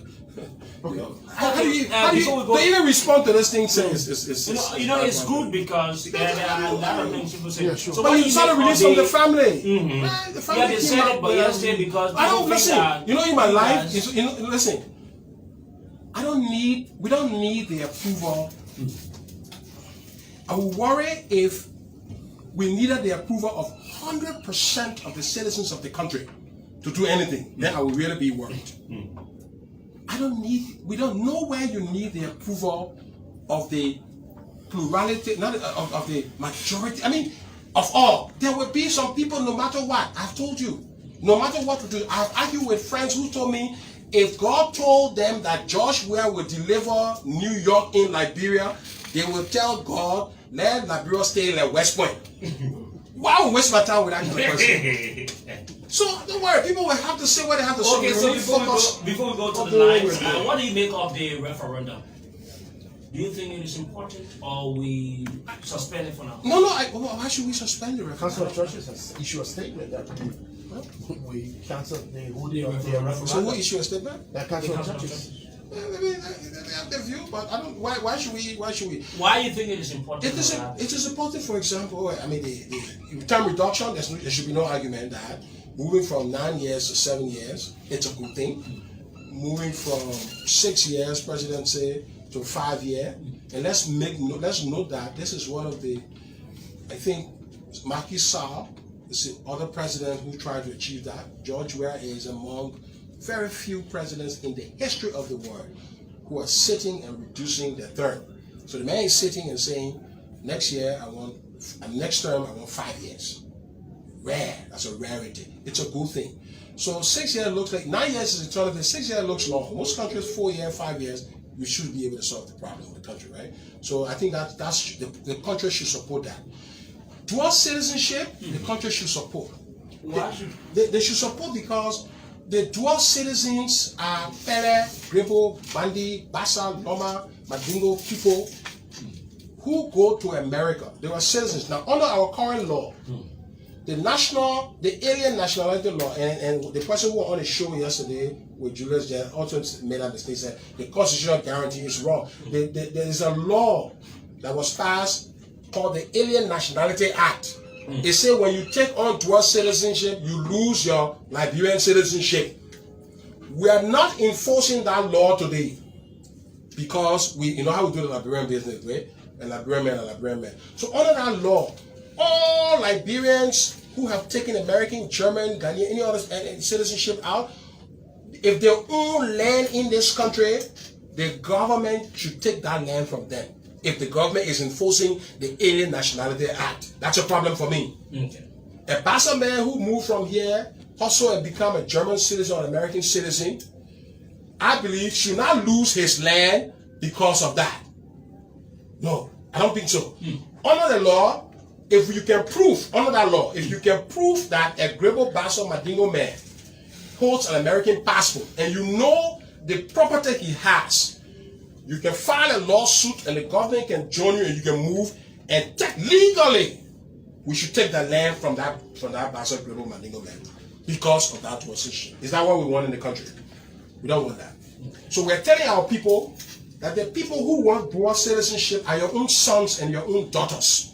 The same people who sending Western Union for you are the same people whose lands are in trouble if we don't pass the law. If we don't pass that law, it means technically they are not citizens and they're not entitled to land.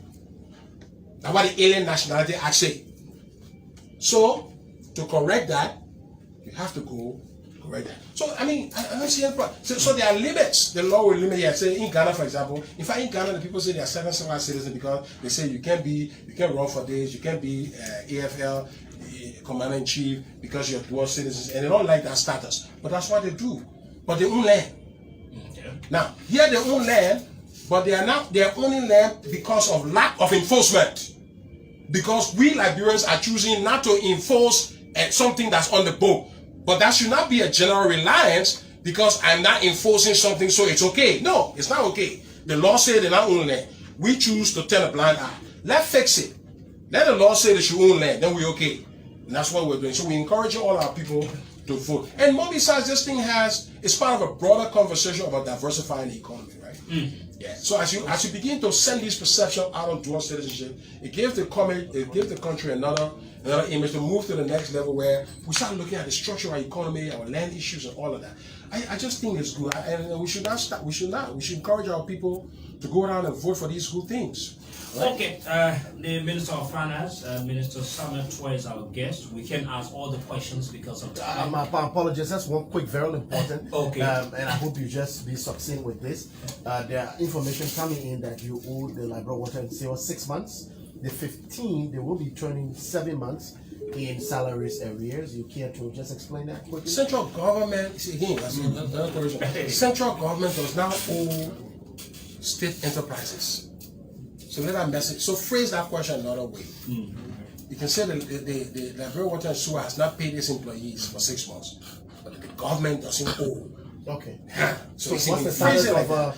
the Because salaries? when I say central government, all ministries, the judicial branch, the legislative branches, the agencies that are under the executive are the central government. The SOEs, the LPRC, the NPA, Water and Sewer, LEC, we don't control their payroll. No, we don't. Who's responsible? You just learning that? Okay, we gotta, yeah. You see, we don't control their payroll. They are. That's why they are state-owned enterprises. They manage their own payroll. But when they are in crisis, central government can bail them out. The crisis on LWSC is a serious problem. What we are trying to do is to remodel and re-engineer that whole utility. Right now, under consideration is an investment in meters that will enable them to mobilize more revenue, right? Because they're not collecting all the revenues they need to collect, and so we're pushing, the board is pushing them. But we think when we start putting that meter in, obviously the prepaid meter means that if you don't pay, you don't use the water. So you have every incentive to then pay to use the water. Yeah? So in other words, there are some structural challenges there. We are asking them to cut expenditure. We're reviewing all their books. It's been an issue there. We're looking into it. Central government is working to solve that problem. We've authorized the payment of 2 months' salary for the workers. We are processing that. We'll look at the next batch. So this is a problem. I can assure the workers there that they're going to be paid. Okay? The president has instructed that we pay them. We work with them to solve the problem. Our job as government is to solve problems. If an entity like LWSC is dysfunctional and problematic, we want to turn that entity around into a cash cow. We are on that path. We are doing that. The same with LEC. Today again, LEC should be giving me money as Minister of Finance to pay people. So for example, LEC should have so much money that if there is a small fluctuation in the revenue such that I need 10 million to complete payroll, I should take that money from LEC and then assume all the money can give it back to LEC. But right now LEC can't do that because of all the problems. Look at power theft. They're losing 50% of the revenue because people are stealing power. Again, we are solving that problem. So the problem of government and development is step-by-step solution delivery. Okay. That's it. Okay. For those of you just joining us or been listening to us, we have, of course, as our guest today on the program, the Minister of Finance in person of Minister Samuel Tweh. He's our guest here this morning, and we've been relayed on Tuma FM in Bombi, Atina Radio in Grand Cruz, Smile FM in Granjida, the Strong FM in Monrovia, Prime FM in Monrovia, Live FM in Monrovia, KMTV in Monrovia, Spoon TV, Sem TV, Front Page Africa TV, CDC TV, that's Peace TV in Habel. They are all relaying this broadcast this morning. You're listening to us. My name is Sekou Sharif alongside Austin Kawa, Oliver Kine, Calvin Demi, Abraham Whale. We go to the lines now and take your participation here this morning on the show. Call us on 0776 104 104, 0776 104 104, 086 500 104, 086 500 104. For those of you out of Monrovia in some of the counties that are relaying us, we're going to give you two numbers. You can call us on 0770 2970016, 0770 2970016, 0555 822 6633, 0555 82633 are the numbers for those of you out of Monrovia that you are joining us. We'll go to the lines and take some calls here this morning. Good morning. Good morning. Okay, let me take this person online here. Oh, because. Good morning. Yeah, good morning, sir. Good morning. Sorry, I have to shoot into the other top number. I'm Leah Bobby Addison, freelance journalist. Okay. I've called to make a recommendation to the minister. Mr. Minister, I recommend that you please improve the public relation arm of government ministries and agencies, meaning the Ministry of Finance. What you are doing today is a public relation company that works stronger, right along with community radio stations across the country, Absolutely, what we're going through today, we will not. I'm from the National Patriotic Party, and this is not government, this is self-government. So the population component definitely improve it. Thank you. Thank you very much. We'll take another person on the line. This person. Good morning. Good morning. Morning, morning.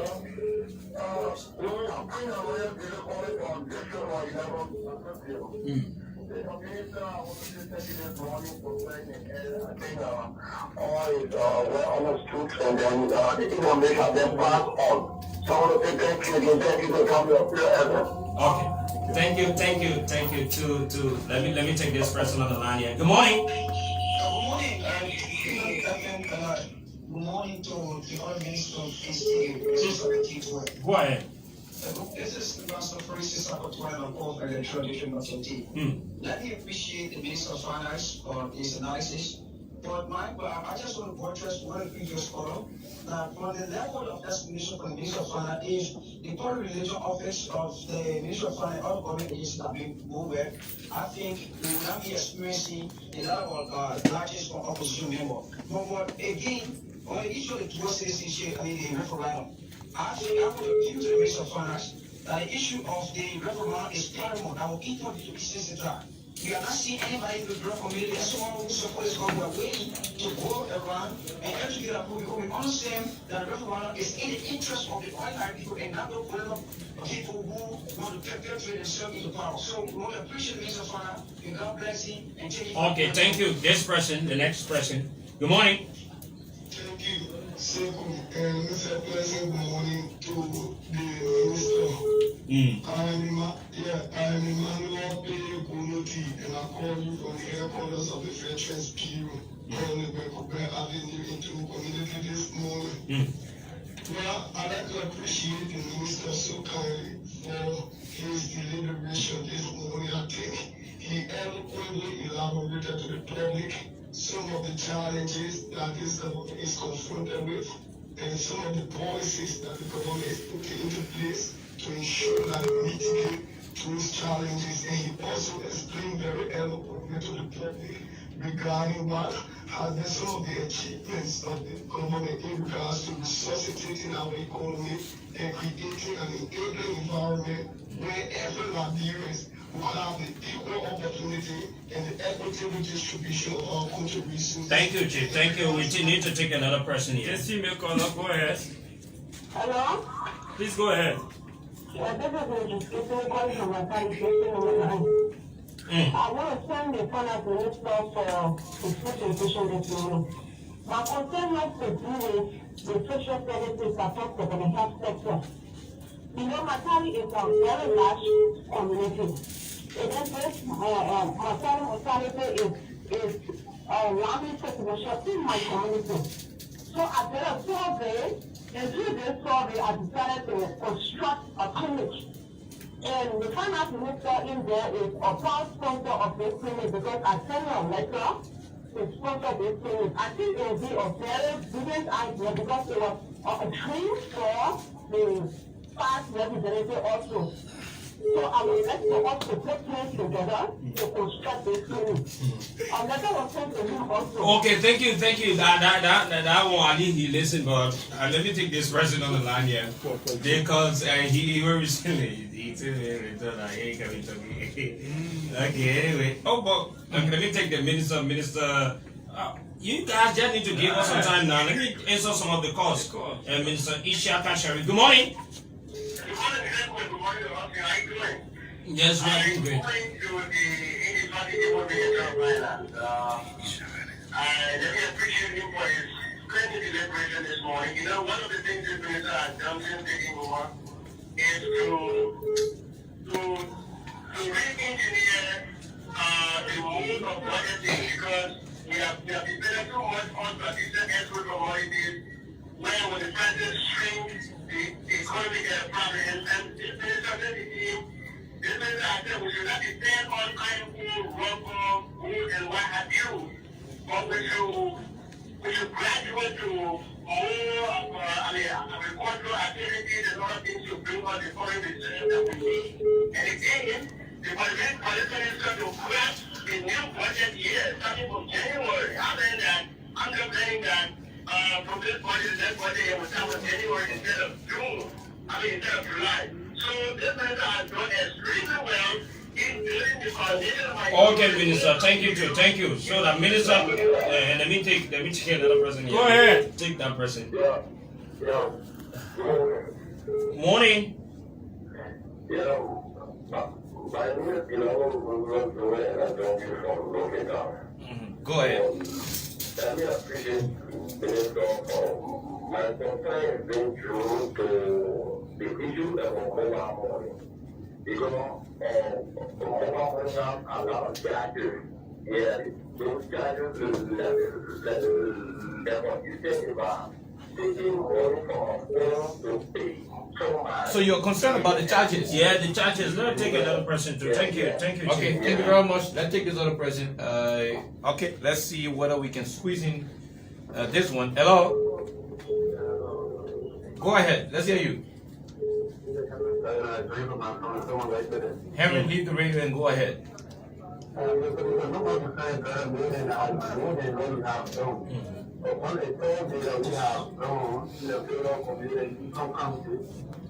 found that many people that are doing I've always told that every time they think I'm going to bank, we'll be drawing the money. They don't call doing a lot of problems. They are asked, the people are taking their money to the bank, they are doing that. They don't do so these are two problems of that one. People that are Okay, Chief. Thank you very much. We take Representative Dixon Sibo on the line. Good morning. Good morning. How are you guys? I see you guys. I want all of my minister. Thank you very much for your presentation. I don't know if you are doing better than you're doing. I want to go for single reason on issue of mobile money. This is something I've been trying to crazy with the bankers. And I was told, and I was also to ask when you spoke about the issue of confidence in the bank. I don't want to share on top, and I think I want to see where you'll be with it. I was a position that confidence in the banking sector is just one part of your organization that carry the money to the bank. Another issue has been particular. Yes, you're live on the radio. Go ahead. My issue particular has been the issue of audit. Because they take all the money, they give all the incentive to get money to the bank. But if people have decided by all means that they will just want money, they will not take an action on the issue of because if there is nothing done concerning money, people who want in Malaysia, people who want public here, will eventually put in aspect and will not achieve what will achieve. So again, I'll have a conversation with the guys how we can wrap our heads around the issue of money. I just thought to bring that point to you because then you talking about money in the discussion. Okay. Thank you very much, Honorable Sibo, this morning. We have this person. Hello? Good morning. Good morning, my dynamic brother, Super Visionary, and all Chinese and people. And let's say good morning to my honorable minister, Tweh. You got 1 minute. Minister of Water. My name is Maurice Kuma, the co-chair for Operation for National Response Defense Team, and I join you guys my brother in Johannes Market Balance. Let me just commend the minister. I think the minister has said it all. But on the issue of giving let's say pay to the government record by using the mobile money, I think it would be the best thing that this government will do. I think it will be able to satisfy with the rest, more especially corruption will see. Because if we try to receive money on mobile, I think it will help us to minimize some other government or posting around government places. Thank you very much. This person will take 3 more calls and then we'll call it a day. We go back to the minister so that he can respond to all of the questions and concerns being raised. Good morning. Good morning. Good morning. Yeah, good morning.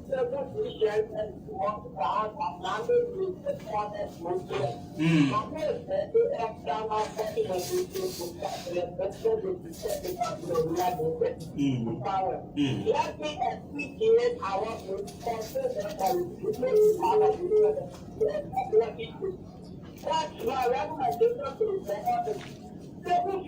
People who do the public and those who don't record doing 20 years. They say that's fine because they want to create different activities. So let us see how they can Okay, thank you very much. We take this question. Hello? Morning, how are you? We're doing great. Let's hear you quickly. Okay, thank you. Good morning. My name is Lucas Washing, and I call you from Monrovia. Let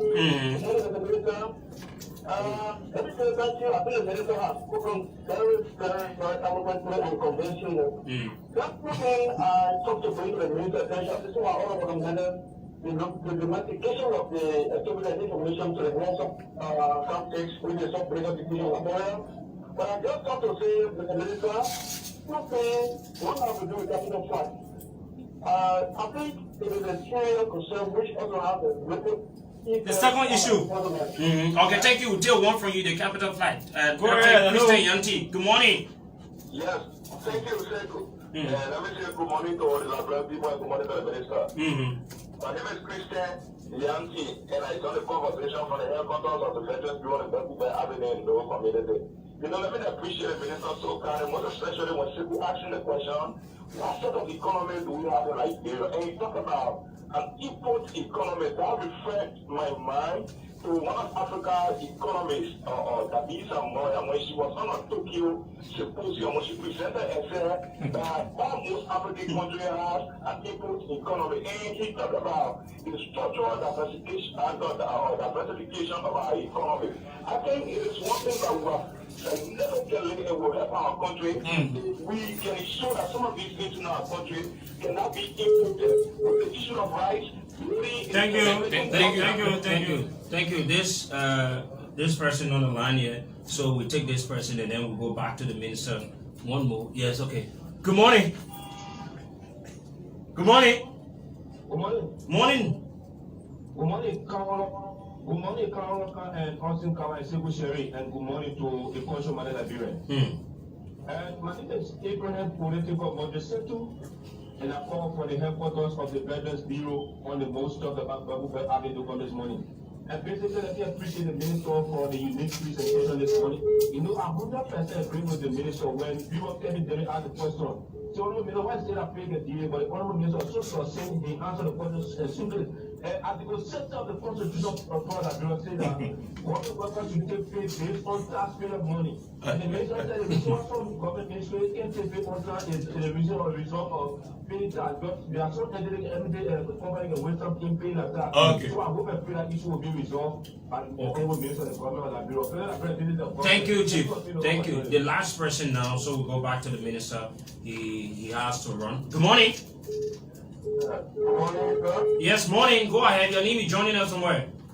My name is Michael Williams, and I'm calling from Cleveland this morning. Let's hear you. Good morning to our Honorable Minister Tweh. My concern I'm going to the written time about the local aircraft. We want to know as to whether this aircraft is a piloted aircraft or is it a laboratory-borne aircraft. If it is the government that pays for the aircraft, we want to know how much was spent to get this aircraft. Thank you this morning, sir. Thank you very much. We call it a day on the calls. We are not taking calls. We go back to the minister. Minister, you listen to the callers. Concerns were raised, questions were asked. Yeah, thank you.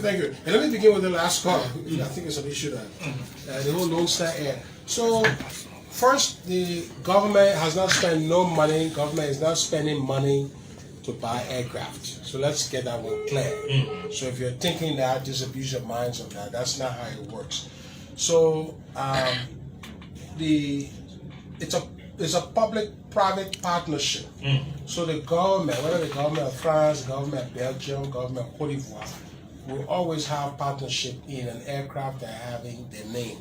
Right? So the right to use the name. So for example, you have that. So government will have share. These are private investments that are happening. Just because the president went and dedicate something does not necessarily mean that the government is buying it. President Weah has gone to Firestone, has gone to Magibi and other places to break ribbon for manufacturing firms. You remember I joined the president. Will you argue that because the president went there so that the government built the factory? No. That's where some people started taking the argument from.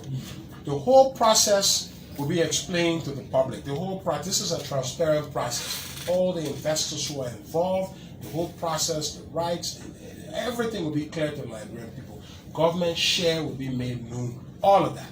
But the government is not putting, I mean, I'm the Minister of Finance, you know, I'm not giving any dime to buy any something.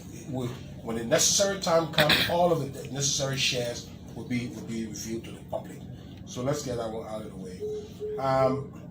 The general concern about info, and I agree with you. Look, this issue that the government is not communicating well is not true. Let me dispel that. The government is doing well with communication. Okay. There is an active, engaged propagandist arm within the political space that is dedicated to pushing falsehood in the public realm. The people who should man the gate of this falsehood, where I see the problem now, it's taken me 2 years to appreciate the problem, is the people who in the media landscape. I think that's where I see the problem, because I see some of the questions that are being asked here.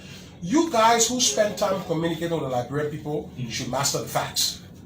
Anytime a mistruth comes to the public realm, either in the form of a caller who's asking, in the form of something you read and you want to bring to the public, you are under moral, patriotic duty and obligation to provide facts to the Liberian people and to say, you know, whether this information is credible or is not credible or needs more investigation. I find that most of the people who are on the radio are not doing that. So you take the Achipompo case, for example, right? Somebody is having conversation that we government owe judiciary workers 12 months. The assumption is that for whole 1 year, people in the judiciary work and did not get paid.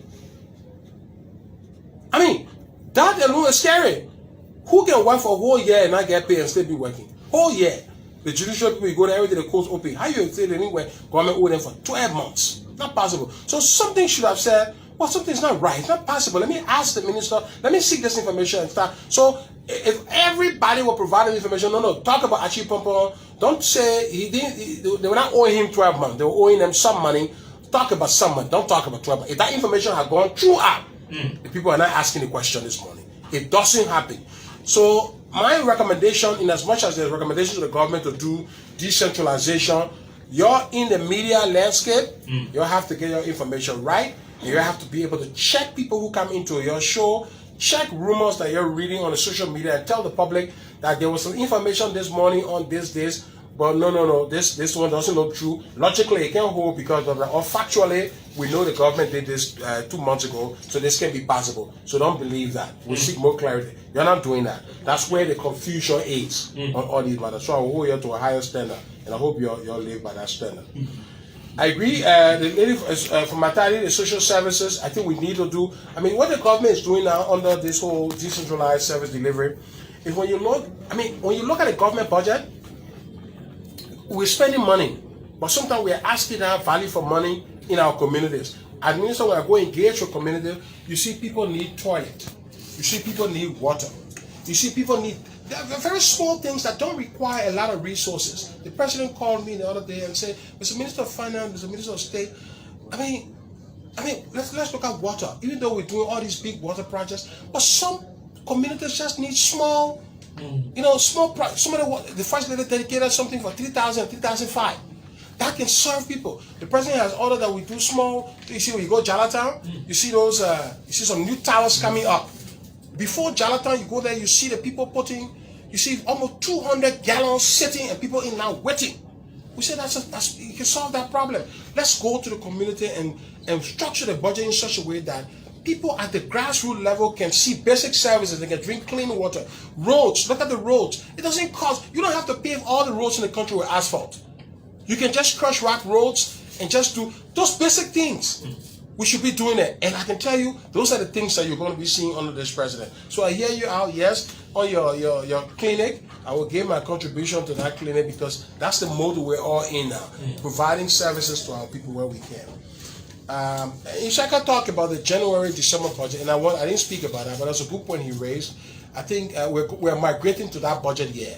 So the budget year will start from January to December, and will be in line with the rest of the West African region.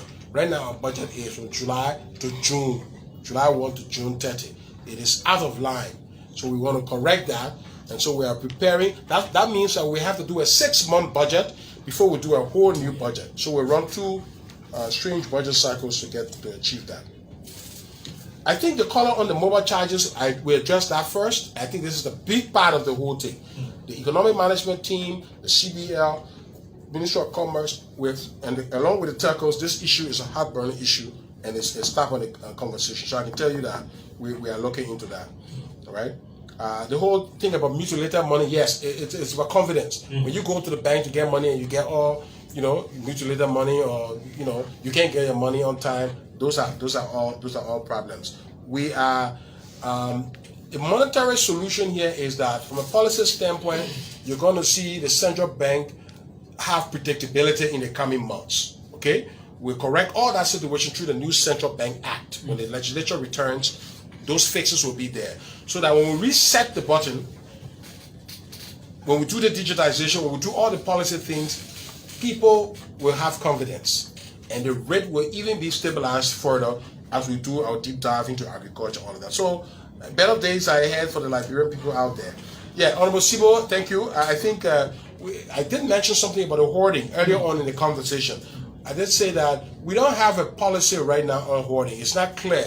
When we're looking at all the monetary issues in the last 2 years at EMT, we asked whether we call the Minister of Justice and some of the other people. It was not clear whether we have a law against hoarding. We don't have. So he's right. The Honorable is right, and that's something that the National Legislature can take up when they resume. They're coming very soon, so they can take up this hoarding thing. So if we publicize that law, if we pass that law, then it sends a signal to the market that hoarding is illegal, especially hoarding large sums. We're not saying you can't keep $1 million, right? If somebody starts keeping $2.5 billion Liberian dollar, right? In quantities, then that one. You don't need to. What are you doing? That means that money should be resident in the bank. So we should have to answer some questions, okay? Well, yeah, we're not saying you can't keep large amount of money, but look at the quantum. $2 billion sitting in a house. It can be. Is it for fact? These are things that are happening, or you just assume? No, I think the evidence suggests that it is. It's out there. Because it's not in the bank. Where it's supposed to be. The central bank and the commercial banks can verify together where the money is supposed to be. Central bank has it on paper. And when central bank go verify with the commercial bank, not in the banks, where do you think it will be? It's out. So it's not one person holding all of these money. No, it's people just having the lack of confidence in the banking sector. It's possible. The inconveniences that people face in getting their money. All of these things can lead to. That's correct. It don't gotta be a large amount. If 10,000 Liberian people kept 1,000 Liberian dollar home, that's about 10 million, right? Yeah. Yeah, each 1,000. Yeah, each 1,000. So that's a lot of money that's home. So if you do 10,000, let me just nail one that final question. Do we have a clear-cut understanding of how much Liberian dollar is in our economy? My question is for the backdrop that the initial, under the previous administration, when the issue about the new currency came up, the only justification and of course the necessity that the government pushed through the bank, the push at that time, is to see to it that we get rid of the milks on the market. Immediately when that money came in, we still see the same milks in the market and they're still being exchanged and all of that. So now every time we are printing, we're just adding up money so, with the very milks for which money came in. So the question is that if you got rid of the milk, you still then address the quantity issue. And that's what I'm asking. Yeah, so that's the problem. So the larger solution is that we just need a little bit more money in the economy. So that's a solution. Right now, so if you took all the mutes and replaced it, so let's say the 4 billion, and your question is the 4 billion of the bank printer, right? If you have taken all the mutes and destroyed them and put the 4 billion, what happened? You stay at the same level. What problem have you solved? Right? 4 billion money with mutes, you printed 4 billion and you swap. Have you affected the money supply? You have not. So the economy is such a point where the quantum of money we have is just too small. All economists have reached that conclusion. The CBL experts, everybody who's looking at the Liberian economy and looking at what happened in the last 3 years here, know that you gotta move ahead. It's not possible. So part of that solution is replacement of mutes, yes, but also monetary expansion. And let me tell you, because when you print, let's say you print $30 billion, that money doesn't go out outside. Recently, you read the central bank release. What they said in the release? They said they have put out 50% of the money. So that means when the money comes, it's in reserve vault. It's not money yet. It's not called money. It doesn't enter the money there until it enters the operational vault of the CBL. That's where you can make clean. So let's expand the base. But more besides, that's not a fundamental solution. The fundamental solution is what we're talking about here: mobile money interoperability, right? Where people are able to go cashless. That means the money will just be sitting in the bank and nobody will touch it. So that electronic money will be doing debit, credit. When you go to your account, debit, credit, account, debit, credit, that all will be doing now. No money changing hand. Oh. And for COVID, we need to pay attention to that so that we can solve that.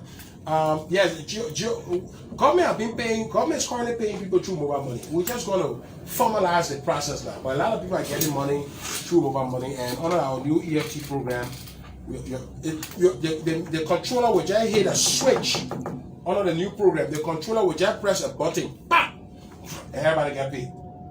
Under the current system, people gotta be doing this, the other voucher, the other documentation. Under the EFT system, the controller will press one button and everybody get paid. That's the system we're migrating to. Transformation, change is on the way. Forest Bureau, yes. Forest Bureau, I think that there's a lot of conversation when you hear about Forest Bureau. NRA people are trying to collect taxes. Everybody should pay their taxes on time. There's a lot of rigid enforcement, real estate, all that will come in NRA. Several people aren't paying taxes. So businesses are not, businesses that are not registered are not paying taxes. All that will come in. If you're a business and you're registered, you're not paying taxes. You got to register first. We're looking at everything. Okay. So if you're a Forex Bureau and you're doing transaction, are you paying taxes on those transactions? You're not. You're not right now. All that is on the table. All right. Once we have the stability we'll be looking at these 7th generation reforms along with the IMF.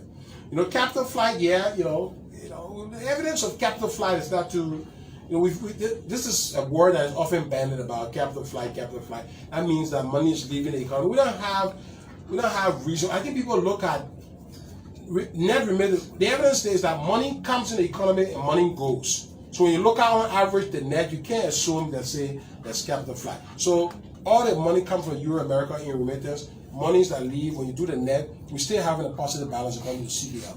So I think the assumption that there's capital flight is not warranted. It's not borne out by the evidence. So I don't believe that we're facing the issue of capital flight. So in every economy, money goes up, but not because when money go out, then capital flight. Now that's some people can see. So some of the things I'm gonna correct. Just because somebody see in the trade that $100 million went out of the economy, so they say that capital flight. We got to look at the returns. Those monies are going to buy goods and the goods are coming. Okay. All right? So you have to see that if there are large outward movements of money and no corresponding goods coming in, yes, then you are suspicious. Under the FI, the Financial Intelligence Unit, with the LRA, we are now watching, we're putting systems to watch that. So those are all coming here. Yeah. Okay. Yes, I talked earlier about structural diversification. I think that's the way we want to go. We want to solve our agricultural problem. We want to solve our manufacturing problem to produce more things here. Rubber. We're making rubber here. So if we decide slippers, start doing some rubber things and using it locally here, that's great. We need investors. But the problem is that how can investors come when the cost of power is $35 per kilowatt hour? Who wants to invest in an economy where you're spending $35 per kilowatt hour? You fail from the beginning. You can't attract anybody who won't do any intensive manufacturing, even using our rubber sector. No, the person will have to be running generator and running fuel. It's not sustainable. So you're not attracting anybody. Well, after December, so early next year, that game changes. The price of electricity can come down to 14 cents per kilowatt hour.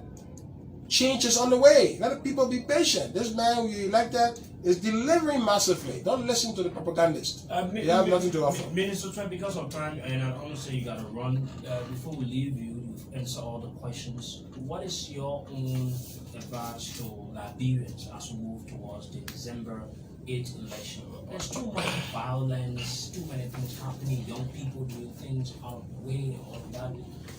First of all, are you upholding the code of conduct first? Because people are saying that they've seen you on rallies and everything, they represent the Tom of Fire. You have serving the needs of I have my right as a patriotic citizen to participate in politics. I will not do so using government resources and government time. So I will do so on weekends. Being Minister of Finance doesn't say, first of all, just by being Minister of Finance, you are playing politics. So the people who say that you can't do politics, the whole business of government is a business of politics. I can make political decision in the use of government resource just because I go campaign. So suppose I bias policy to a certain region that is disposed to electing my candidate. Is another politics I'm playing with the country fiscal finances? Yeah. And I can sequence and say, okay, the 3 next batch will go to that other region, but right now we're beginning with a region. What is the justification for that region? How did you select the region? So you can't separate government function from politics. So what we say here, yes, to go out overtly with government vehicles in government time, we are supposed to be solving the Liberian people problem and talk about politics. No, I'm not going to do that. Okay. Saturday, we are supposed to be with my junior boy. You know, I leave that time and go tell the Liberian people things. I can do that. Sunday, I can do that. You never see me going out during the week time. All right. So no code of conduct, no law. The Constitution of this current country guarantees me my right. Yeah. So I'm very clear. I'm very clear on that. And let me tell you about the peace of this country. This is the most peaceful country in Africa, and we are it's showing you under the MCC indicator. Listen, look what's happening in our region here. How many persons? So, don't listen to this thing and say, oh, there's no violence here. Even in the last 12 years under Madam Sali, what kind of violence? You see election in Ghana? You don't see election in Nigeria? The people car can be moving and go and tear it. Human being and throw the car away. You don't see nothing happening here? We are peaceful people. I know one thing about the Liberian man. Yeah, maybe when the war was happening, we saw violence. The Liberian man is an inherently peaceful man. Not violent. We're not violent. So we have our political arguments, we have our political disputation, it happens here. Not a violent place. Everybody sees that. The things that are happening in our region here, how many persons have died from political violence in Liberia? You read the research, and again, this is part of the issue. You are the guy who said on the radio, you should tell the Liberian people how many persons have died in Sierra Leone, how many persons have died in Cote d'Ivoire, 16, the last count. In Guinea, I hear some 9 on politically related issues. Have you heard anybody die from that here? No. June 7 happened here. Did anybody die? No. The most are happening, they put water on people. Eh? Are you kidding me? There have been marches here. Police have escorted, the police have given people water. The police have given people water in other places. You want to go sit down? They can get water, police can get water. Police can get water on us out. Yeah, police can get water. It's because the police, the army, they recognize that we have a democracy. Look, 200,000, 250,000 people die for us to get this democracy. It's priceless. Nobody can take it from us. The stuff that's happening around here can't happen in Liberia. We are equal to American democracy in the sense of term limit. No way. That's it. That's the invisible hand that is pervading Liberian democratic space. Nobody can extend the term. It's enforced by the will of the people. That is the maturity of our democracy. Let's celebrate it. Let's praise it. Let's come together and herald our country. Because that's the only thing we have. Thank you very much, Minister Samuel Tweh, for joining us this morning.